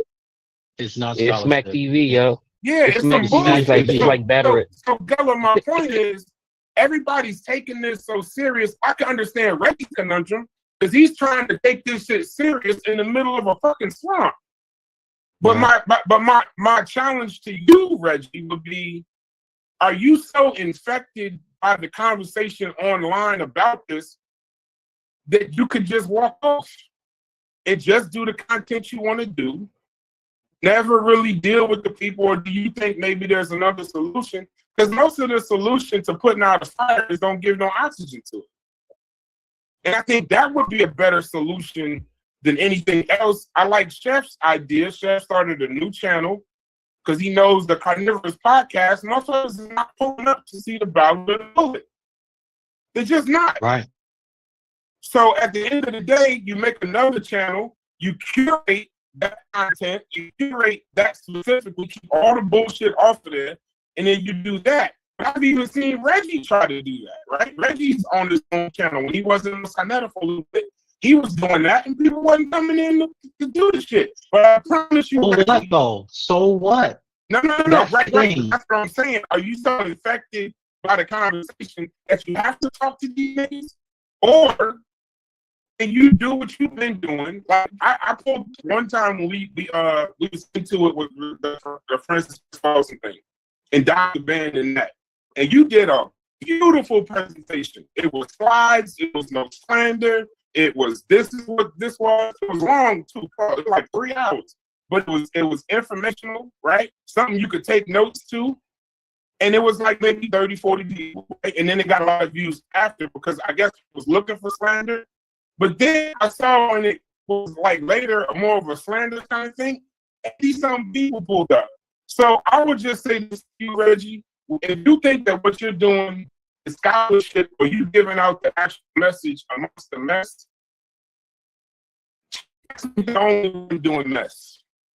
And when you say you allow Chief X, we allow Chief X on these platforms, I will say to you, you associate and deal with people that are far more guilty, have far more ears and eyes than Chief X does.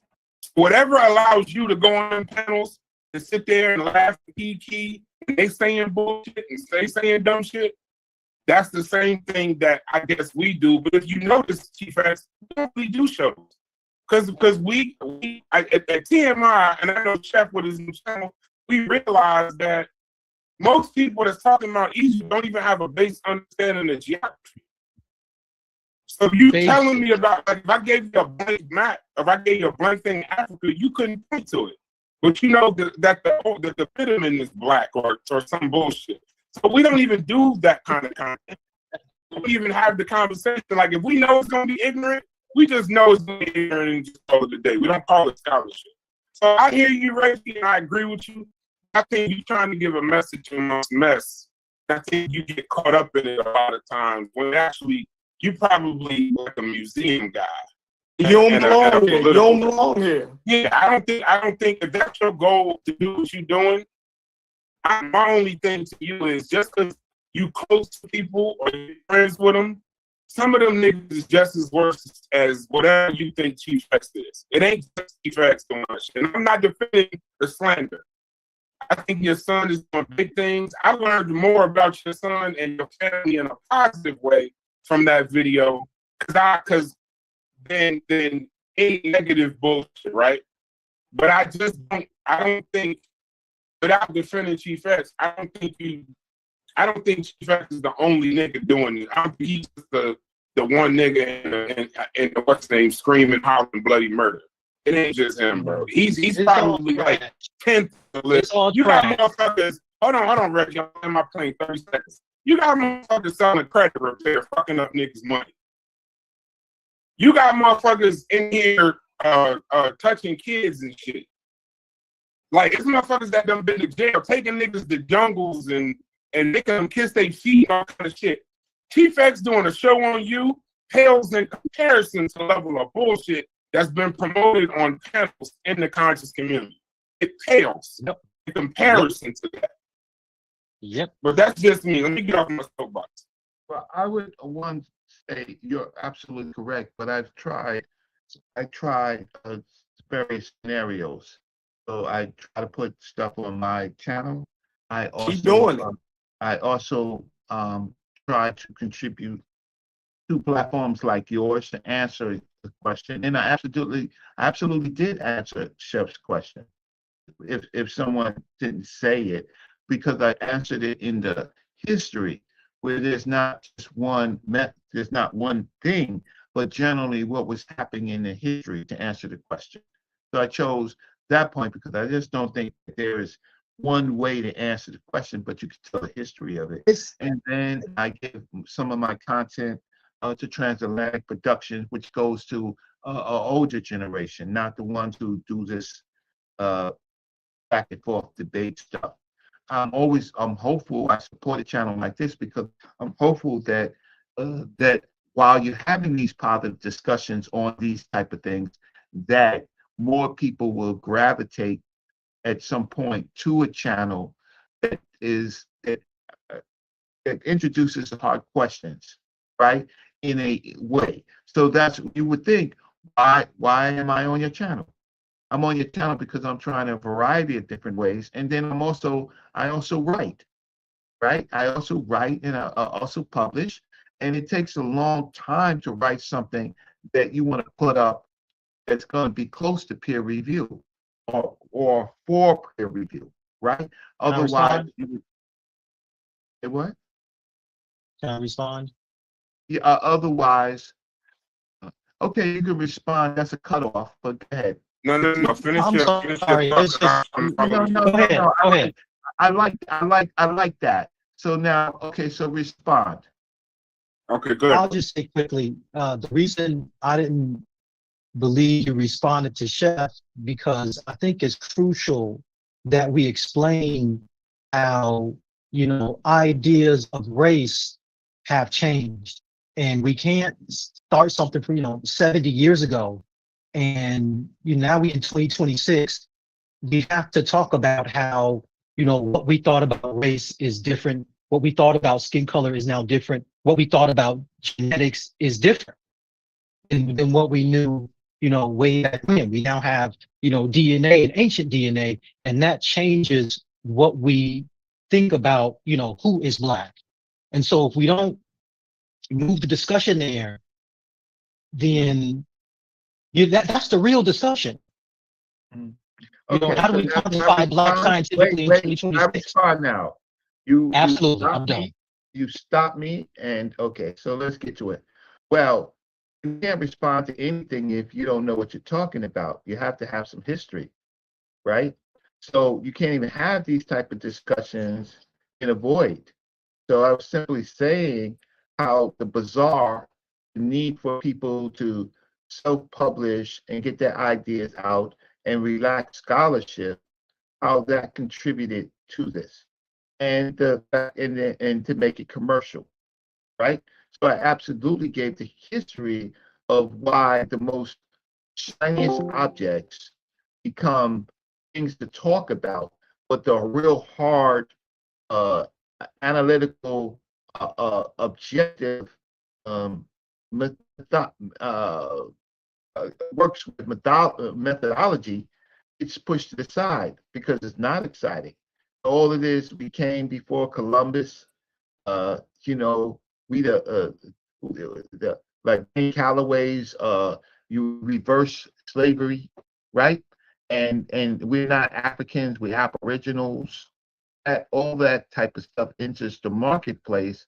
Black Egypt is just, these are people talking, these are our neighbors in a sense. We know them, right? So we got involved in that, but that's not a conversation really for the uneducated and the unqualified. It's really not, but it's being dragged into this forum. And so that's what I meant. That most of the people that I see talking about the subject ain't read not one book on the subject. But you got to read 10 books. You got to read 10 books to even begin to have a conversation. But the people who are in the chatty patty ain't read one book. They don't even know what the UNESCO symposium was. They never analyzed it. But it's worse than that. They don't even know where to find the books to read. They don't even know where to, find the articles to read. And if you told them how many books that you've read, number one, they wouldn't believe it. They wouldn't believe you, and then they would laugh at you. This is who you're dealing with. They would laugh at you. So for both of y'all, right? This is the thing, right? History became important. Now, this is Black History Month, so it's a perfect time to talk about it, right? A lot of what we believe in our sentiments about history came from people like Carter G. Woodson and them trying to give us a respectable history of ourselves again. Because in the West, the educational system didn't give us a respectable history of ourselves. So Egypt ties in to Black people trying to give themselves a respectable history again. So for me to try to act like Diop and them was talking about indigenous generic sense of Africa is not true. They were trying to give the people who were called Black a respectable history of themselves, right? So that's why they attached themselves to Egypt, right? That's why Diop and them pushed Egypt. If you read Diop, he told you who he thought Africans was. He didn't believe that the phenotype that's in North Africa is the original African population. He didn't believe that. Neither did Chancellor Williams. You dig what I'm saying? Modern genetics. A lot of white I don't people know about didn't even that. look. Huh? Because both of them talked about people from the Levant coming in during the pre-dynastic even. Exactly. So they weren't talking about purity. No, you're proving my point. Say that again. He talked about people coming from the Levant, meaning not Africa. During. Okay, what I'm saying is both Chancellor Williams and They acknowledge that other people or a different phenotype was in Africa early on. They definitely acknowledge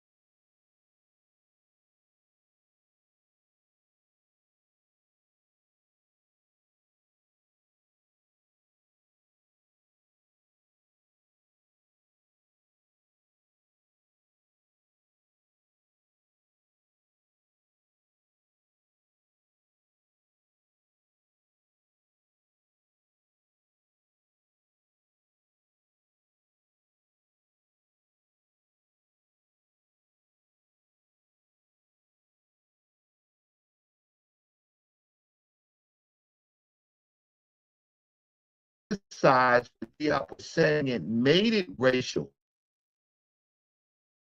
They had divided Africa up in race.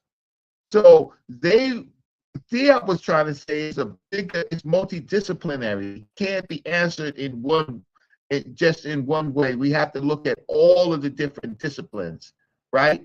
And another scholar, a female scholar, said that they were trying to keep it in the racial world. So they were talking about Hamites. Right. Vercoda, he says that we should clean it all I'm up. gonna just leave. I'm gonna let y'all have it. This is this asinine. I don't understand, Chef. Yeah. I don't. You looking for something simple, and it's not a simple. It's not a simple conversation. You're not going to get anything simple. And if Diop was here today, and you invited him to here today, what he would do, regardless of what he thought back then, when you have genetic data to look at, you could look at the people that's there now, and you can know they related to the ancient people.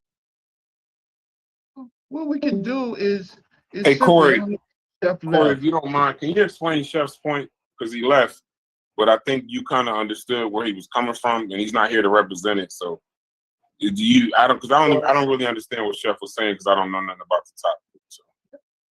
Yeah, because I think he was basically and Reggie was kind of keeping it real earlier because he kind of agreed to it already. But then I think when it comes to Diop, we kind of a little skittish to keep it 100 with that. But what he's saying is Diop was not arguing for some, generic, they're African type thing. You know what I'm saying? Like Diop was arguing that these folks was black. Now, okay, yes. at the UNESCO's conference, he may have got, a little nuancy there at the conference, of course. Like who wouldn't get all nuancy at the conference, right? But when he's talking to black folk, right? When he's writing his books and shit like that, there's no illusion about what he's talking about. He's saying that these folks was black. True. Why did he say that though? That's what he thought. I don't know why he said it. Listen, that's not the point. If you read the book, I don't know. I don't know that that's the point. The evidence the point is that what he was saying. The point is now here in 2026 and on YouTube, we into all of this hemming and hawing about what was going on, right? But that they wasn't doing no hemming and hawing about African as this generic term, or we want to determine whether they generically African, because everybody in whoever got a fucking pair of eyes can see they African, right? The point is, was they black African? That's the point. That part is right. What Diop? Thank you, Reggie. Thank you, Reggie. Thank you. But what I want to just enlarge it, because they had already carved up the world and they had removed Egypt from Africa from the rest of the population. Diop was just pretty much putting Egypt back in the African population. Diop was using racial terms, in the time period that he lived in, because they were using those terms. Bro, he was in your same time period, Reggie. No, he wasn't in my. Diop. This is what year was the UNESCO? In the 1970s? You weren't in the 70s? No, I was 11 years old. No, I was in the street. Okay. In the 70s? Yeah. In the 70s. I was trying to get me some CADs or some ProCADs or something like that. I didn't go to college until 82, right? But he was not no ancient. He's not in some ancient time. Like he used the same language that you used. I mean, he was French, but I'm saying like this is not a time where, they got to use some antiquated language. No, they using the same. They talk just like we talk. But no, they didn't. No, they didn't. Listen, when you read, my daddy was born. My daddy is 60-something years old. He's like 63 years old, bro. You gonna tell me that my daddy don't talk like me? Let me say one thing that's in this dude's book. The point is that if I talk about a black man to my daddy, He know what the fuck I'm talking about, and I know what the fuck he talking about. We not speaking in two different eras and no shit like but that. I understand, but that's the whole point. The ordinary people. This is not really a conversation for the ordinary people No, about the UNESCO wasn't for ordinary people. Right, But those authors and those books that was written, those was for ordinary people. No, the Yeah, but they was talking about Hamites though. They was using the Hamitic hypothesis. So there's let me just say this last thing and I gotta bounce. There's a part in Diop's book, and he's talking about the white scholars. And he's saying these scholars will sit here and look at a Maasai and look at a Tutsi and call them Hamites. And so if this is where we're going, basically you arguing that black people are white people. That's what he says. You basically you've gone so far that you're arguing that blacks are whites. This is what he had to get around. People were saying this group and this group and this group are Hamites, and this group and this group and this group are Mediterranean. Why would they be white? Who were they when they was referring to the Hamites in the Bible? Let's go to the Bible. Let's matter of fact go right there. When they was referring to the Hamites, who was they referring to? They was referring to white folk. Is that what you're saying? White, black folk. The scholars at that time created certain No. terms. They were talking about Afro-Asiatic Hamites. speakers. They was referring to Afro-Asiatic speakers. Okay, Yes, thank you. that's the answer. Thank you. Let's keep it one. But those were brunette whites. And how dark can a brunette white be? As dark as a Somali. Okay. Those were the technical term called brunette whites. Google the term brunette white and how they use that in scholarship. If you got the time, I got the beer. Listen, right? I can show you exactly what. Wait, let me speak. I see why Shepard laughed. What's going on? This is what's going on. This is what's going on. You get into the conversation because I'm addressing what he said. You get into the conversation and you start hearing terms that you're unfamiliar with, right? So when I say they use the term Hamites and they use the term brunette white, you've never heard that term. You've never read it in scholarship. So you're surprised when I tell you they call people like Ethiopians brunette white. This is where they was going. Listen, that's beyond the point, though. Fine, you got a term that I don't know, but I'm not even. That term ain't even germane to the conversation what I'm having. It is because that's what Diop had to debunk, and that's what he talks about in his book. Like to okay, fine. He talking about brunette whites. Y'all enjoy. I would like it to say it another way. Okay, the best way to do it is to go and track what each of the scholars said in 1974. Then you will understand that they had disguised racism because they, in fact, right, used those terms to create what in that conference they were dealing with this white African, this white black African. They literally said that, right? They were black like the Egyptians, but they were white, right? Meaning that they came from another place. At the end of the conference, that conference began to end that in the final report. They stripped all of that Hamitic stuff out. All that stuff was irrational, right? That's one of the things that came out of the conference. But going into the conference, Corey, absolutely, they used those terminologies. Absolutely. It seemed like I'm just having a hard time, Reggie, believing that they didn't understand North Africans in 1974. They playing, Corey. They playing, bro. And did they? Am I tripping, Fatty? Did they not understand what the hell a North African was in the 1970s? No, I would say I never heard of brunette white used as a racial term. No, it don't matter that you heard. That's an argument from ignorance. That's an argument from ignorance, and that don't even matter. Gulla's a peer of mine. Gulla's a peer of mine. So, okay, Gulla, tell me, Gulla, right now, what were the participants in the conversation? No, I wasn't even talking to you. I'm talking about a dude. You my peer. You said what? Hey, Corey, it ain't worth it, Corey. It ain't worth it, Corey. What are you talking about, bro?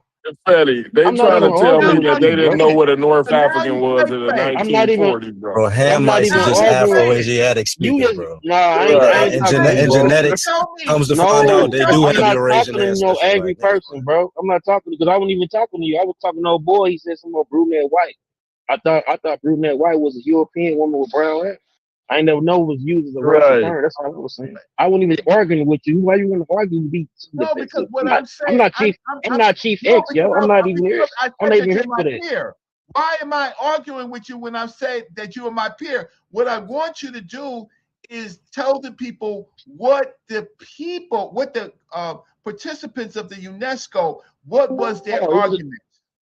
It was a lot of mixed arguments. It was shit. Yeah, you still had racist white people, racist Europeans there too, saying white shit. Okay. You know what I'm saying? So That Europeans would yeah, they were saying that they was Caucasians and you know, like, a lot of like they still use some of that old outdated shit like That's why I wanted you to say, Mediterranean race and shit. Yeah. because you read the work. So I could talk to somebody who I know probably read the work rather than say and to answer Corey's question, Corey would not believe how crazy these people were in this conference unless we go out. Okay, I can believe that it was some crazy people at the conference, but I'm saying in general, people knew. I don't. The hell with these folks at the UNESCO. Obviously, every last one of these niggas was crazy. The white folk and the niggas was crazy, right? But in general, y'all telling me that in general, people didn't understand what the hell a North African was in the 1970s? That's what y'all trying to convince me of? They weren't discussing it like that in the context of North Africa. They was really only discussing Egypt. I They can't was only believe it. really discussing Egypt and who contributed to Egypt. That's when the North Africa. I understand that that's what was going on in the UNESCO. I'm talking about in general, though. In general, the world understood what the hell a North African was. If nobody else knew, at least the North Africans knew what the fuck a North African was in the 1974. It was just an analysis at that time before tools now was able to determine who was Afro-Asiatic speakers, bro. Shit ain't hard, bro. But to act like what they was It depends on what North Africa talking about. Some North Africans thought they was Aryan. Shit, they think they spoiled. Hold on. This is wild. Let them finish this Yeah. thought. No, I'm just be keeping 100. Like a lot I of know that's motherfuckers cool, Arab but bags you and still shit. gotta let them finish, Yeah. though, brother. Let them finish this shit. Go ahead, Fetty.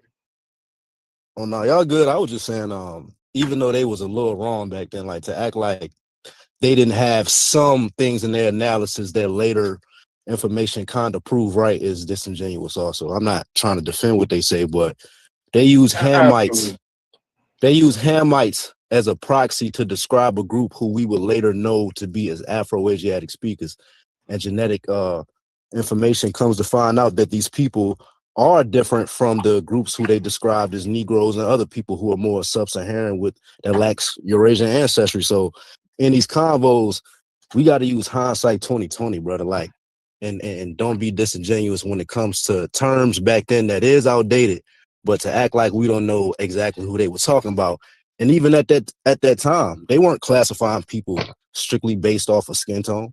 That shit, they was taking a lot of shit into account. I'm not defending what they was doing, but to act like they was just lumping people without having some type of analysis or methodology is disingenuous. Because like, even that work off some. A lot of the method was wrong. Like a lot of method was wrong, but we know, you know, they were trying to pursue. You know what I'm saying? Yeah. All right, so has it run its course? I don't know. Like when it comes to the whole Caucasian Egyptian, it's like they obviously thought that Afro-Asiatic speakers, whether it was craniometrics and shit, they classified them as Caucasoid and all of that. But like Gullah said, that shit kind of overlaps with certain practices today, even though it's outdated. But like, I mean, for me, it's clear like what even Diop was trying to say, and even what the other side was trying to say. And I'm saying, when Diop bring the whole West African connection, I'm saying those racist white people was more correct than he was, as far as like trying to lump a certain ancestral group and their connections. So that's my opinion on it. But as fast as you can, if it's something that you can do with any kind of speed. I know you ain't really trying to talk about it, but you said you know what Diop was trying to say. You know what the white people was trying to say. Can you just juxtapose the two and have that conversation quickly for like a layman like me? What was Diop trying to say? He was saying Negroes, Sub-Saharans, black people, all that shit is the same shit to them. Oh yeah, yeah, but when he got, but you gotta understand too when he got. You got it, bro. Yeah, let him finish. Come on, let him finish. We'll go right to you after this. Let him finish. So that's what no, you good. I'm listening, bro. I'm listening, bro. I'm in the mix. Good. We always end up here. All right, then Gullah, can you tell me what the white people was trying to say, and then go on to say your point? No, people had, it wasn't just white people. People had mixed. It wasn't just white people. You're correct. You're correct. What was the other side trying to say? It wasn't just white people. You're right. What was the other side trying to say? You still had a lot of the, you know what I'm saying, what's that, pharaonic theory coming from Asia, shit floating around. It was like it's 1975. I mean, 4. You still got a lot of that old shit leaking, old ideas leak in. Ideas and ideologies don't change overnight. It take time. So Eurocentrism was Eurocentrism, essentially? Yeah, okay. All that shit. And then even Diop, when he came there, he came up with the idea, this is black people, this and that and the third. But at the end of the conference, because the conference was to move the conversation forward. You know what I'm saying? He like that, even though he might have been wrong on a lot of things, wrong on some of his approaches, but at the end of the day, he asked the right question, you know what I'm saying, what's hypothesis. And they settled upon, okay, Egypt is an African civilization. That was the whole, you know what I'm saying. They ended off with that. You know what I'm saying? I think even Diop probably even, you know what I'm saying, I'm not sure, but from what I read, it seemed like he even changed some of his stance from it just being black to it just being, okay, it's an East African civilization. You know what I'm saying? It's it's an African civilization. You know what I'm saying, or North African civilization that they range in skin color. That's what ended off with that, like for us the conference. So if it's simple and plain like that, Corey, I don't know if you're still here. Welcome back, Chef. If it's that simple and plain, then Corey, what's your issue with it? I never had an issue with it. It was about how when you're going right after this, Shepard Reggie. You're going right after this, brother. I never had an issue with the conference. The issue is when Shepard was trying to explain what Diop was saying, they act like no, he was saying all this nuanced shit. You see what I'm saying? And all of this, but Shepard wasn't strictly talking about the conference per se. He was talking about Diop's position. Now, okay, fine. At the end of the conference, they had all of this thought process and everybody put all their thoughts together. And at the end, they came to the conclusion. That's fine. That's not what Shepard was saying here. He was talking about Diop's original position. Yeah, I wasn't talking about what Chef Ron was saying. I was just talking about what Reggie was saying. I don't know. Okay, go ahead. Go ahead. Yeah, I never had a problem with the conference or with none of that. You know what I mean? Okay. Go ahead, brother. Okay. So I was writing a paper but I will address it because I didn't have time to find the paper. But Diop explicitly says he's using these terms, Negro, Black, and race, as operational tools, right, to undo the falsification of a Eurocentric or Western narrative. Not to neutralize those categories forever, but he's using those as operational terms. Dr. Vercotter, he's very interesting because he's one of the experts of the day. In his symposium, records Vercotter does not take on the philosophical claims head on, instead he shifts to a discussion back to the abstract racial mixtures, the Mediterranean types, and warning against extremes. He is the one who maintains the Hamitic view, right? Because there's also people in there that are racial, but there's also people in there protecting their religious points of views. So the issue is Diop used these things as operational to counter what they was actually saying, which was the status quo. Now, mind you, they want to carve up Africa, right? This is 74. They think of a whole new world. So certainly on the issue of North Africa was not a major part. North Africa only dealt with the peopling of the Nile Valley. And then it became a linguistic conversation, only to help those people who wanted the status quo, right? But again, this complicated conversation doesn't have anything to do with the wider arguing, except for Diop. People are mad at Diop because he just said that the ancient Egyptians called themselves Negro, black. And they was like, no, we can't allow that. So then they started messing with the linguistics on Kemet. And so there was a whole conversation just on the word black. No, you can't do it. So they use Sonoran, they use Abdullah, right? As the main pushbacks, and Verkota. Because Diop said, wait, hold on, y'all. They called themselves the strongest term, Kemet, which means black. It was like, oh no, you're not supposed to know that. And so what Diop was saying, that these people self-identified with this word Kemet, which means dark, brown, black. Didn't he say they was connected to his ethnic group and all of that? Or am I tripping? No. Who's talking? Because I don't see the screen. Anonymous. It don't matter. My name doesn't matter right now. Demonstration in linguistics. No, I'm saying like the whole black thing. I think he was clear when it comes to his idea of who black was and which ancestral populations he thought belonged to those peoples. That's what I'm saying. Like when you look into his personal work, he did connect his own ethnic group and the whole. I may be wrong with the Negro Egyptian thing and how that later on came about, but he was one of the people saying that West African groups and Egyptians have a common ancestor, to where even they migrated over. He was talking about migrations and all of that. So that's where the blackology comes into play. And I haven't heard nobody talk about that.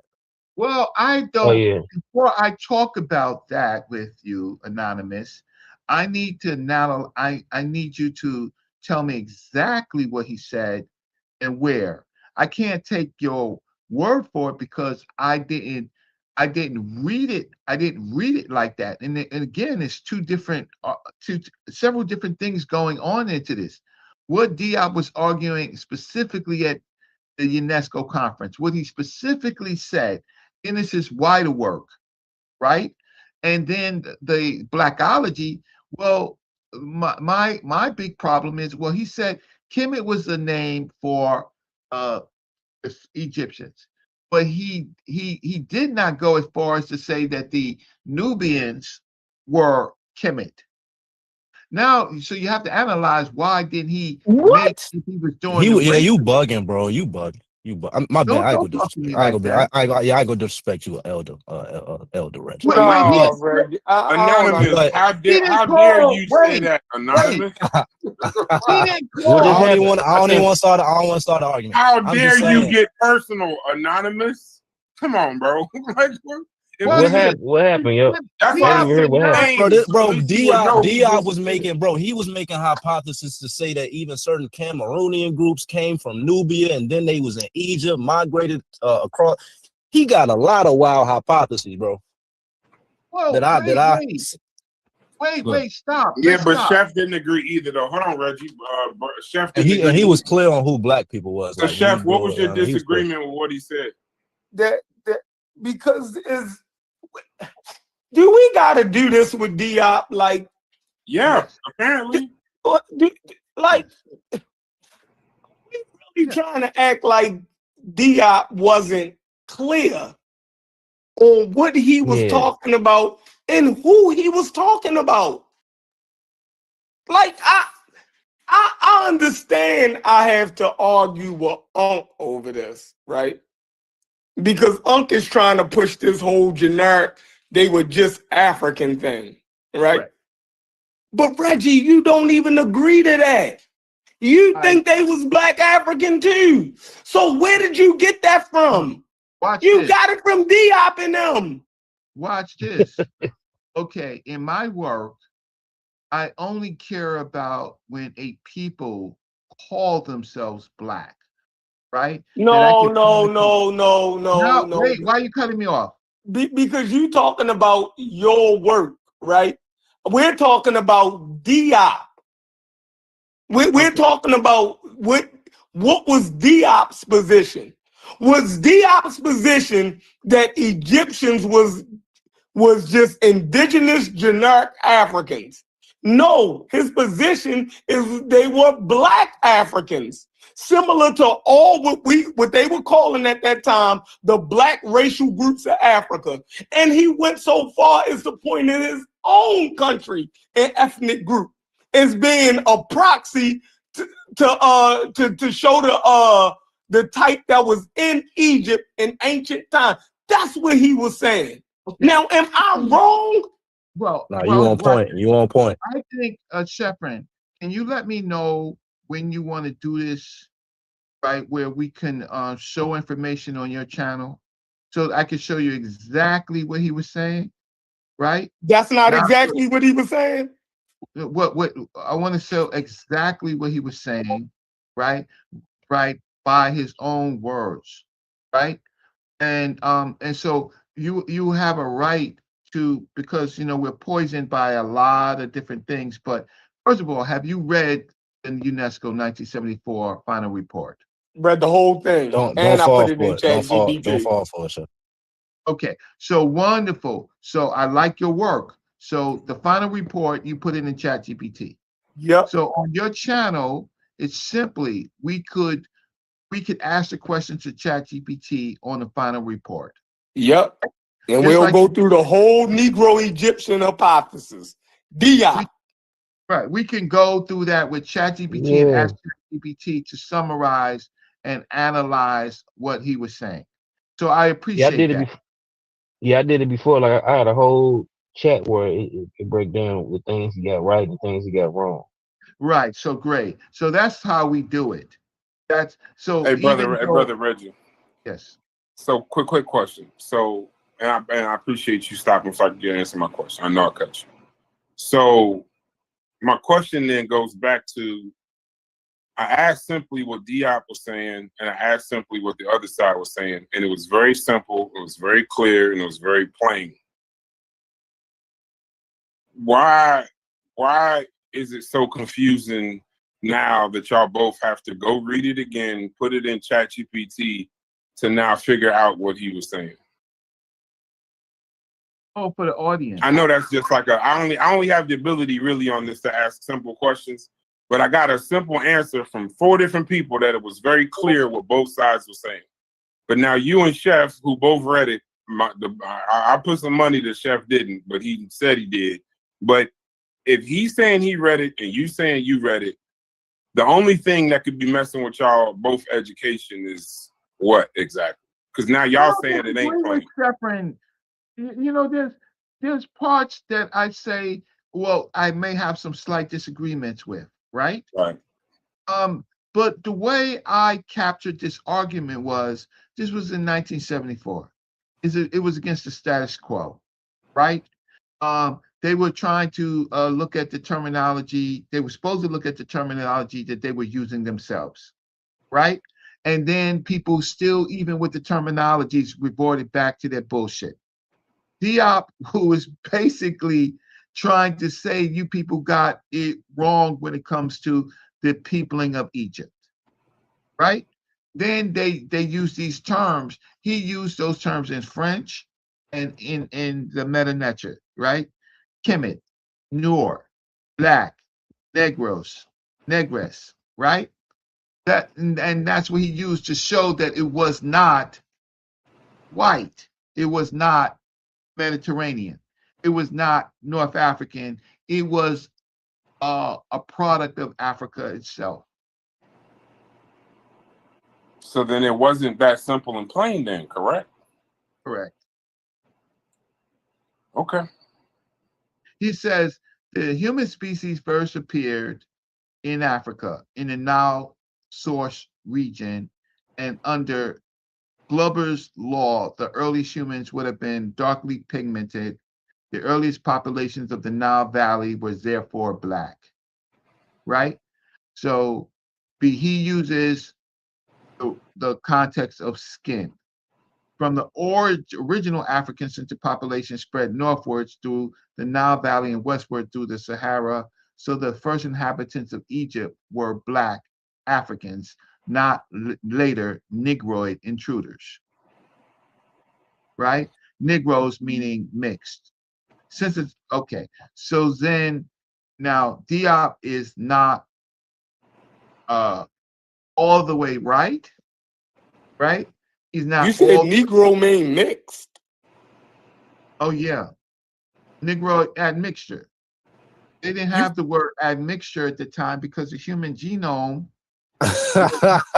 Man, Lord. The human genome was not constructed at that time. They knew very little bit about.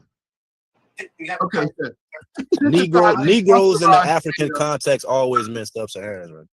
Sensitized and Marcellard's data, he argues that at least 1/3 of pre-dynastic Egyptians were explicitly classical, right? Okay, then he uses this word negress or right, and the other 2/3 are white. This is not Diop. This is Marcellard. This is what he's saying. Marcellard data. He says that pre-dynastic Egyptians were explicitly classed as Negro, and the other 2/3 are white with dark black pigmentation, or mixed. The whole population is in effect black in the pre-dynastic and proto-dynastic periods, right? So then he goes on to then Diop goes on to his evidence of skin, bones, and blood, which he didn't have any super modern tools. Right? These are more predictions and commentary. Then he goes on to a point that's really important about the self-naming. Egypt used Kemet as the strongest term for blackness, right? He emphasized that Egypt did not draw a color line between themselves and Nubians. They did not use Kemet to separate themselves from Nubians, which means his claim is about a shared black identity, not about setting up Egyptians and Nubians as different races. So he did that in the context of race. He didn't separate them racially, culturally. Obviously, they were separated. So, listen, it's what happens after when blackology takes over, right? And their analysis. He was the blackologist. No, he laid the groundwork. Every blackologist uses him to back their shit, back their premise. No, they use him, but most of them never read the work. They got the gist of it. Bro, they post direct sources from his books talking about Cameroonians coming from Nubia and shit like that. They use his direct shit. Okay, well, we have a difference of. I'm so sorry. Hey. What we have this is a wide conversation. It is. But just quick question. I'm trying to keep it somewhat in a normal. What's the name? Is this the same thing, Chef? Is this the same conversation where people didn't understand would have? Is this the same thing? No, Reggie is linking it together, but it's not. We're strictly talking about Diop's position, and he don't have the 2026 generic indigenous African concept of North Africa that Unc and them is using. That wasn't his position. African to him meant black Negroes. Yep. And he described who Negroes were. Because the common thing is going to be, well, this person didn't read it, that person didn't read it. You read it this way, I read it this way. I went to school, I was cool, like all this other shit, right? But doesn't a certain level of comprehension have to go into it, even if you did read it?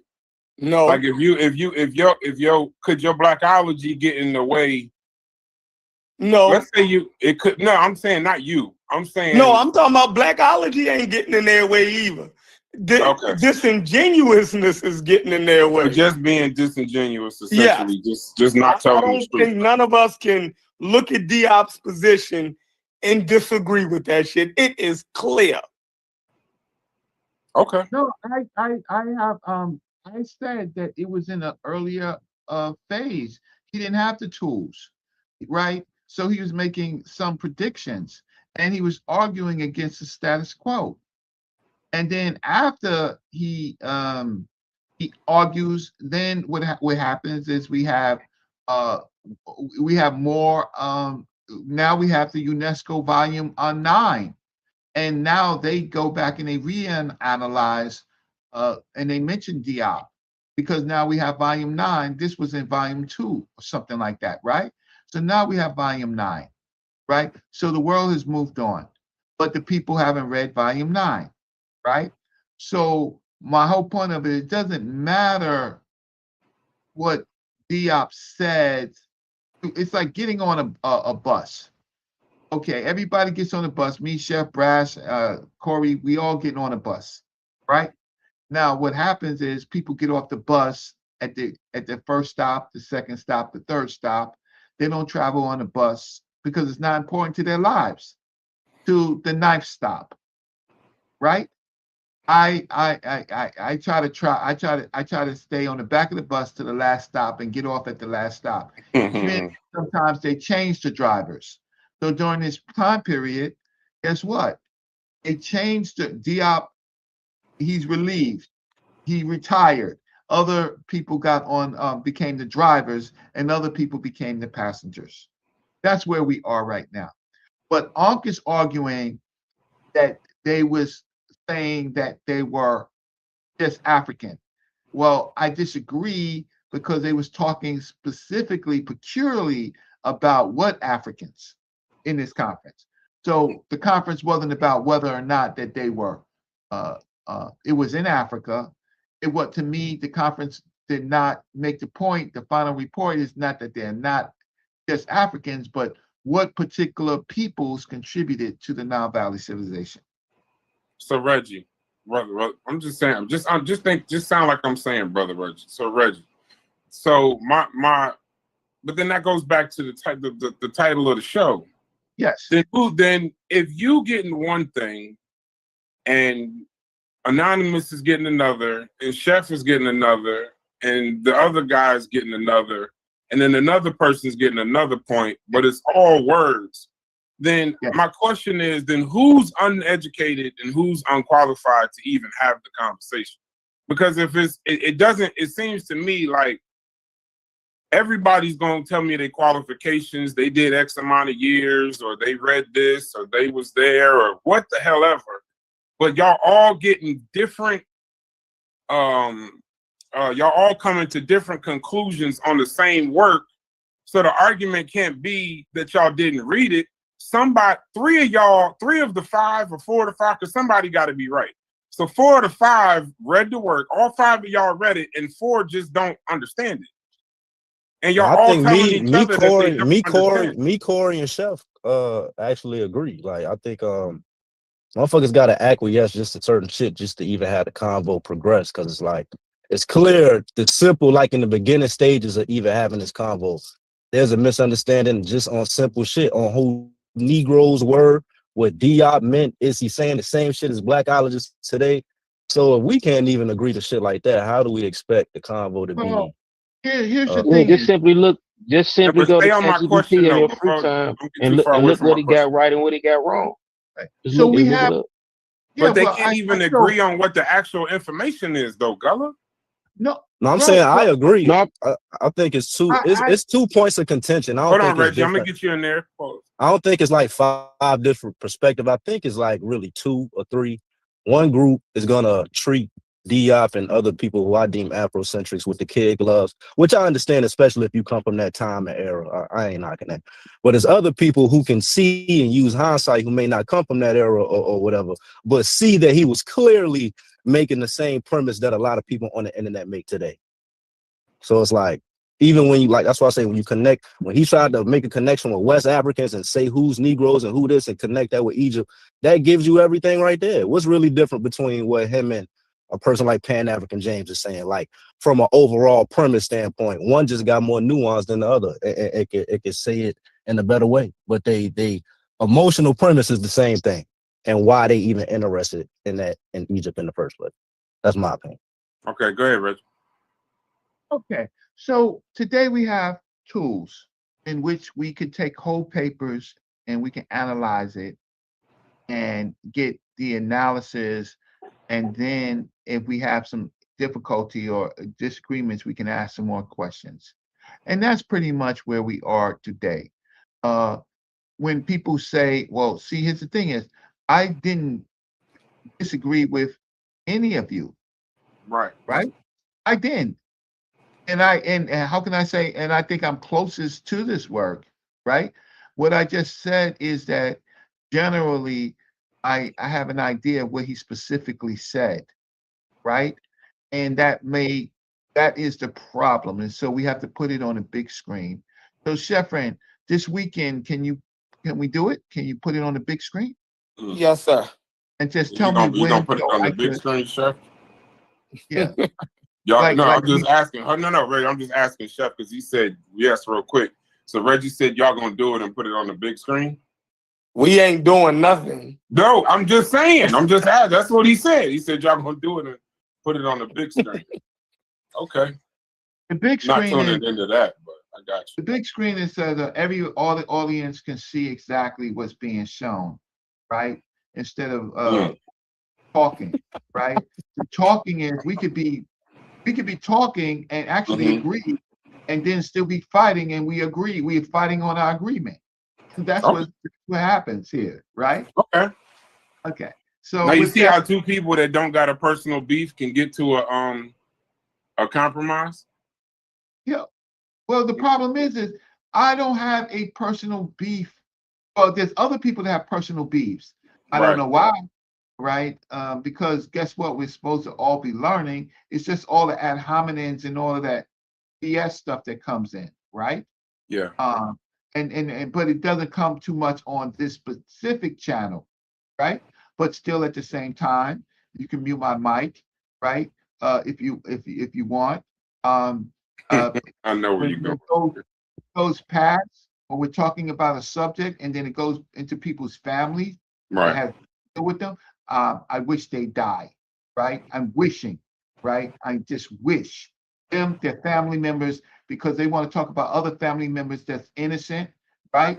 I'm like, but my wish don't mean nothing because that's spooky. But I'm just saying it should never go past the intellectual argument. Right. Right.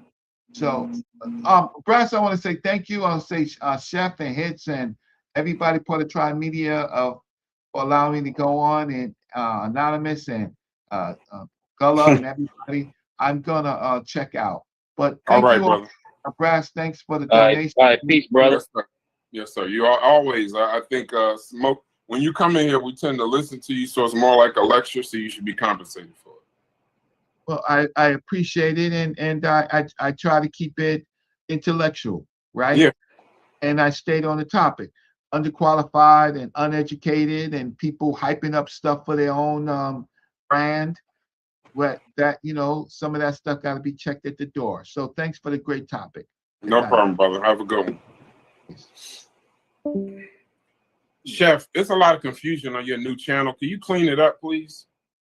What happened? Bro, nobody knows. You picked a name, I guess, that has like 50 channels. People are trying to find your new channel. And I keep putting the link in there, so I don't know why. Yeah, I know, but I'm trying to like, like just I think I tagged it earlier. Okay, you put it back in there. All right, so that's the new channel. A lot of these conversations that we're having on Carnivorous and TMI or low key, just whichever one, a lot of these conversations with the Discord, we're keeping them just vanilla barbershop conversations. We're not claiming that we're doing some kind of high level education and all this, that, and the other. We're really just having a conversation and working it out and allowing y'all to watch us in real time. So, but on that channel, E Pluribus, that's Chef's new channel, has a great presentation on it already. It's very clean, it's very clear. And that'll be where he kind of like, here's one point, here's this point, argues here, gets down in the mess with his messages and some mess, but then we'll do like a 5 to 10 minute video where he can't be interrupted, already recorded, pre-recorded, not alive. So definitely go there to kind of hear his full stance, because sometimes it gets confused in these messy ass conversations. With peer-reviewed sources. Yes, with peer-reviewed sources. So that's where when you say, well, I heard your stance on the Discord show. No, go to my channel, watch that video uninterrupted, and you'll get the actual my actual point. Shouts to Brendan in the chat. Shouts to everybody that came through. Haskell, brothers, y'all got anything before I shut it down? No, this good conversation. It shows you how everything remains, how these conversations just remain circular. You dig what I'm saying? Because when we come to clear points, right? Like we be honest up until a point, and then it breaks down. At the point where we could get clarity, right, and move forward, it breaks down right there. It happens every time, yo, and it gotta be deliberate. It gotta be deliberate, yo. So that's I got point. something to say. We're live. Oh, good. I'm glad we live. That's even better. Okay. This shit is so damn personal. Don't nobody give a fuck. And it's like a man that's going bored with a comb over. Let it go. Either you're gonna shave your head, either you're gonna get a tattoo on your head, or you're gonna get a hair transplant. This shit's so goddamn old and played out. Yeah, I think Cuban, because Chef, go ahead. I want to ask Chef if we had time to do whatever we want to do with Reggie. I want to do. I mean, I already asked you to get up. Oh yeah, listen. 45 minutes. I can hit the button in 45 minutes. So that would be 8 o'clock my time. Or do you want to wait later? I can wait. I can wait later. Don't believe none of these has. Bro, first of all, I was about to Yeah. say, Gullah, don't believe 45 minutes of nothing Chef talking about. That's Yeah, one. it don't even got to be. It don't even got to be the But day. somebody gonna say lemon pepper wings, or some girl gonna, whatever's gonna happen, he gonna do something else. But don't make it so late that, like, because if you talking about doing a presentation, don't do that shit in the middle of the night, bro. Oh like, no. Huh? It's 45 minutes is about 3 hours chefing time. Yeah, hold on, Small. It don't even got to be the day. You know what I'm saying? I just wanted to break down. You know what I'm saying? My work I put in the group is for my break. No, I know people ain't reading. I know they not. It make a lot of sense. And I wanted to break down what Diop got right and what he got wrong. People put it out flat so they can see. I want to bring up 2 points from the chat. Just let me know. Let me know when you want to do it, and we'll set it up. And between me and Brass, we'll both set it up. Yeah, I got you. I don't really. I'm gonna keep reiterating. I care less, but I will help. Yeah, I can do it. I could do it tomorrow. I'll do it tomorrow. Okay, then if he can't, then I help you out also. Brendan, I want to bring up one point that Brendan said and one point that Shakir said. I'll bring up Shakir point first. Corey, you still here? So Corey is more the political guy. If you in the Discord, he starts the morning off, gets us going with our morning coffee of politics. Shakir started off about 3 hours ago saying this, and he just finished. So now I'm gonna definitely say it. He said that the next show better be on Epstein and the pedophiles running the United States of America. So I think at some point, too, and I appreciate that, Shakir, and I agree. But I think at some point we should have some form of the political conversations we have in here all the time, Shakir. If you was in here, you would hear it. We just don't make it public all the time because you get banned for some of it. But if we was live, we could curate it a little better. But then part 2, it's Black History Month, and I find it hilarious that we started off the second day of Black History Month stuck in Egypt once again. Is the craziest thing ever. So hopefully, Chef, we do get together and we do something on, at least begin to have a conversation on Black history. Yeah. The last thing I was already working on something actually. Okay, just tell me what you need from me. I'll let y'all know now. Yeah. I'm working on it's actually about J.A. Rogers, right? Because like most of the stuff that we talk about, I think J.A. Rogers, for the most part, gave us our framework of Black history. You dig what I'm saying? And I think, from Carter G. Woodson, right? He used Carter G. Woodson Negro History Week and the Pittsburgh Pariah that he was writing for to really give us how we celebrate Black history. I think J.A. Rogers, his formation of going over the biographies of different Black people, right, and questioning whether certain civilizations like Egypt had Black pharaohs and stuff. I think he laid a lot of that framework of how we do it nowadays. So I definitely wanted to do that piece, but I already started working on it. I was working on it for the other channel because I wanted it to be clean, but we definitely need to do something over here for Black history. Just to have an open conversation. I'll come up with something, you come up with something, we put it together. Okay. On that, go ahead. My bad. I was gonna say too, shout out to the Afro Puerto Rican Arturo Stromberg. You know what I'm saying? Stromberg, you know what I'm saying, the Black Puerto Rican guy, it was one for him. You know, so he's one of the fathers of Black history, period, because he put together his libraries of Black books and all that. And he went in on African Americans and just the African diaspora as a whole, you know what I'm saying, and that knowledge. So he's one of the big roles of fathers of Black history, period. What is Schomburg, doesn't he have like some kind of, what is his connection to Benjamin? Don't he got some kind of connection to Benjamin? I don't think so. I'm gonna look it up. Who's Benjamin? Benjamin who?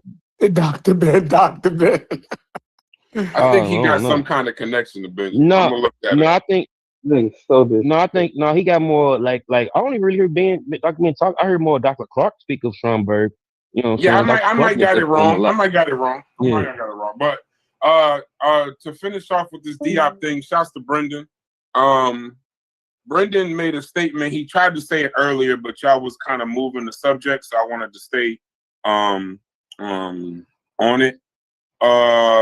He said, he says Diop has a picture of an artifact of Narmer and says he is a typical Negro. So Diop's stance is pretty clear to him. What does that mean? That Diop actually, in his book, African Origins of Civilization, he told you who the Egyptians was, and he used Egyptian iconography of Menes or Nama to tell you what a typical Negro was in ancient Egypt, and that's how they looked. He went to the first pharaoh of Egypt and said, this is Nama, Menes, and he's a typical Negro, right? So Brendan is saying that we know what Diop was saying. Anybody playing like they don't know what Diop's saying, you know what I mean? It's playing games. That's what Brendan is getting to. Okay. He said that while y'all was talking, but I don't mind interrupting, but sometimes when y'all like flowing, y'all forget your idea when you get interrupted, so I didn't want to interrupt at that moment. But shouts to the channel. Make sure y'all subscribe to E Pluribus. I find it hilarious listening to all y'all try to read the name of the channel. It shows me your cognitive and reading skills. linguistic skill, whatever you want to call it, is just hilarious. Because if you look on a dollar or you look on some money, I forgot which bill, it's on damn near every bill, I think. E pluribus unum. And a good show on Apple TV. But shouts to y'all, shouts to Hits, Logic, DQ, Chefreen, Carnivorous Podcast, E Pluribus, and Concrete Corey. And I appreciate you, Gullah, Aston. Stu Peace tapped out a long time ago. Shouts to him, shouts to Reggie, and shouts to all the contributors, even anonymous. But now I hope that y'all don't spend the next 26 days talking about Egypt during Black History Month. Let's try to talk about some current topics that's affecting us and maybe some African Americans and our contributions to America. Shouts to y'all. Y'all have a great one. Peace.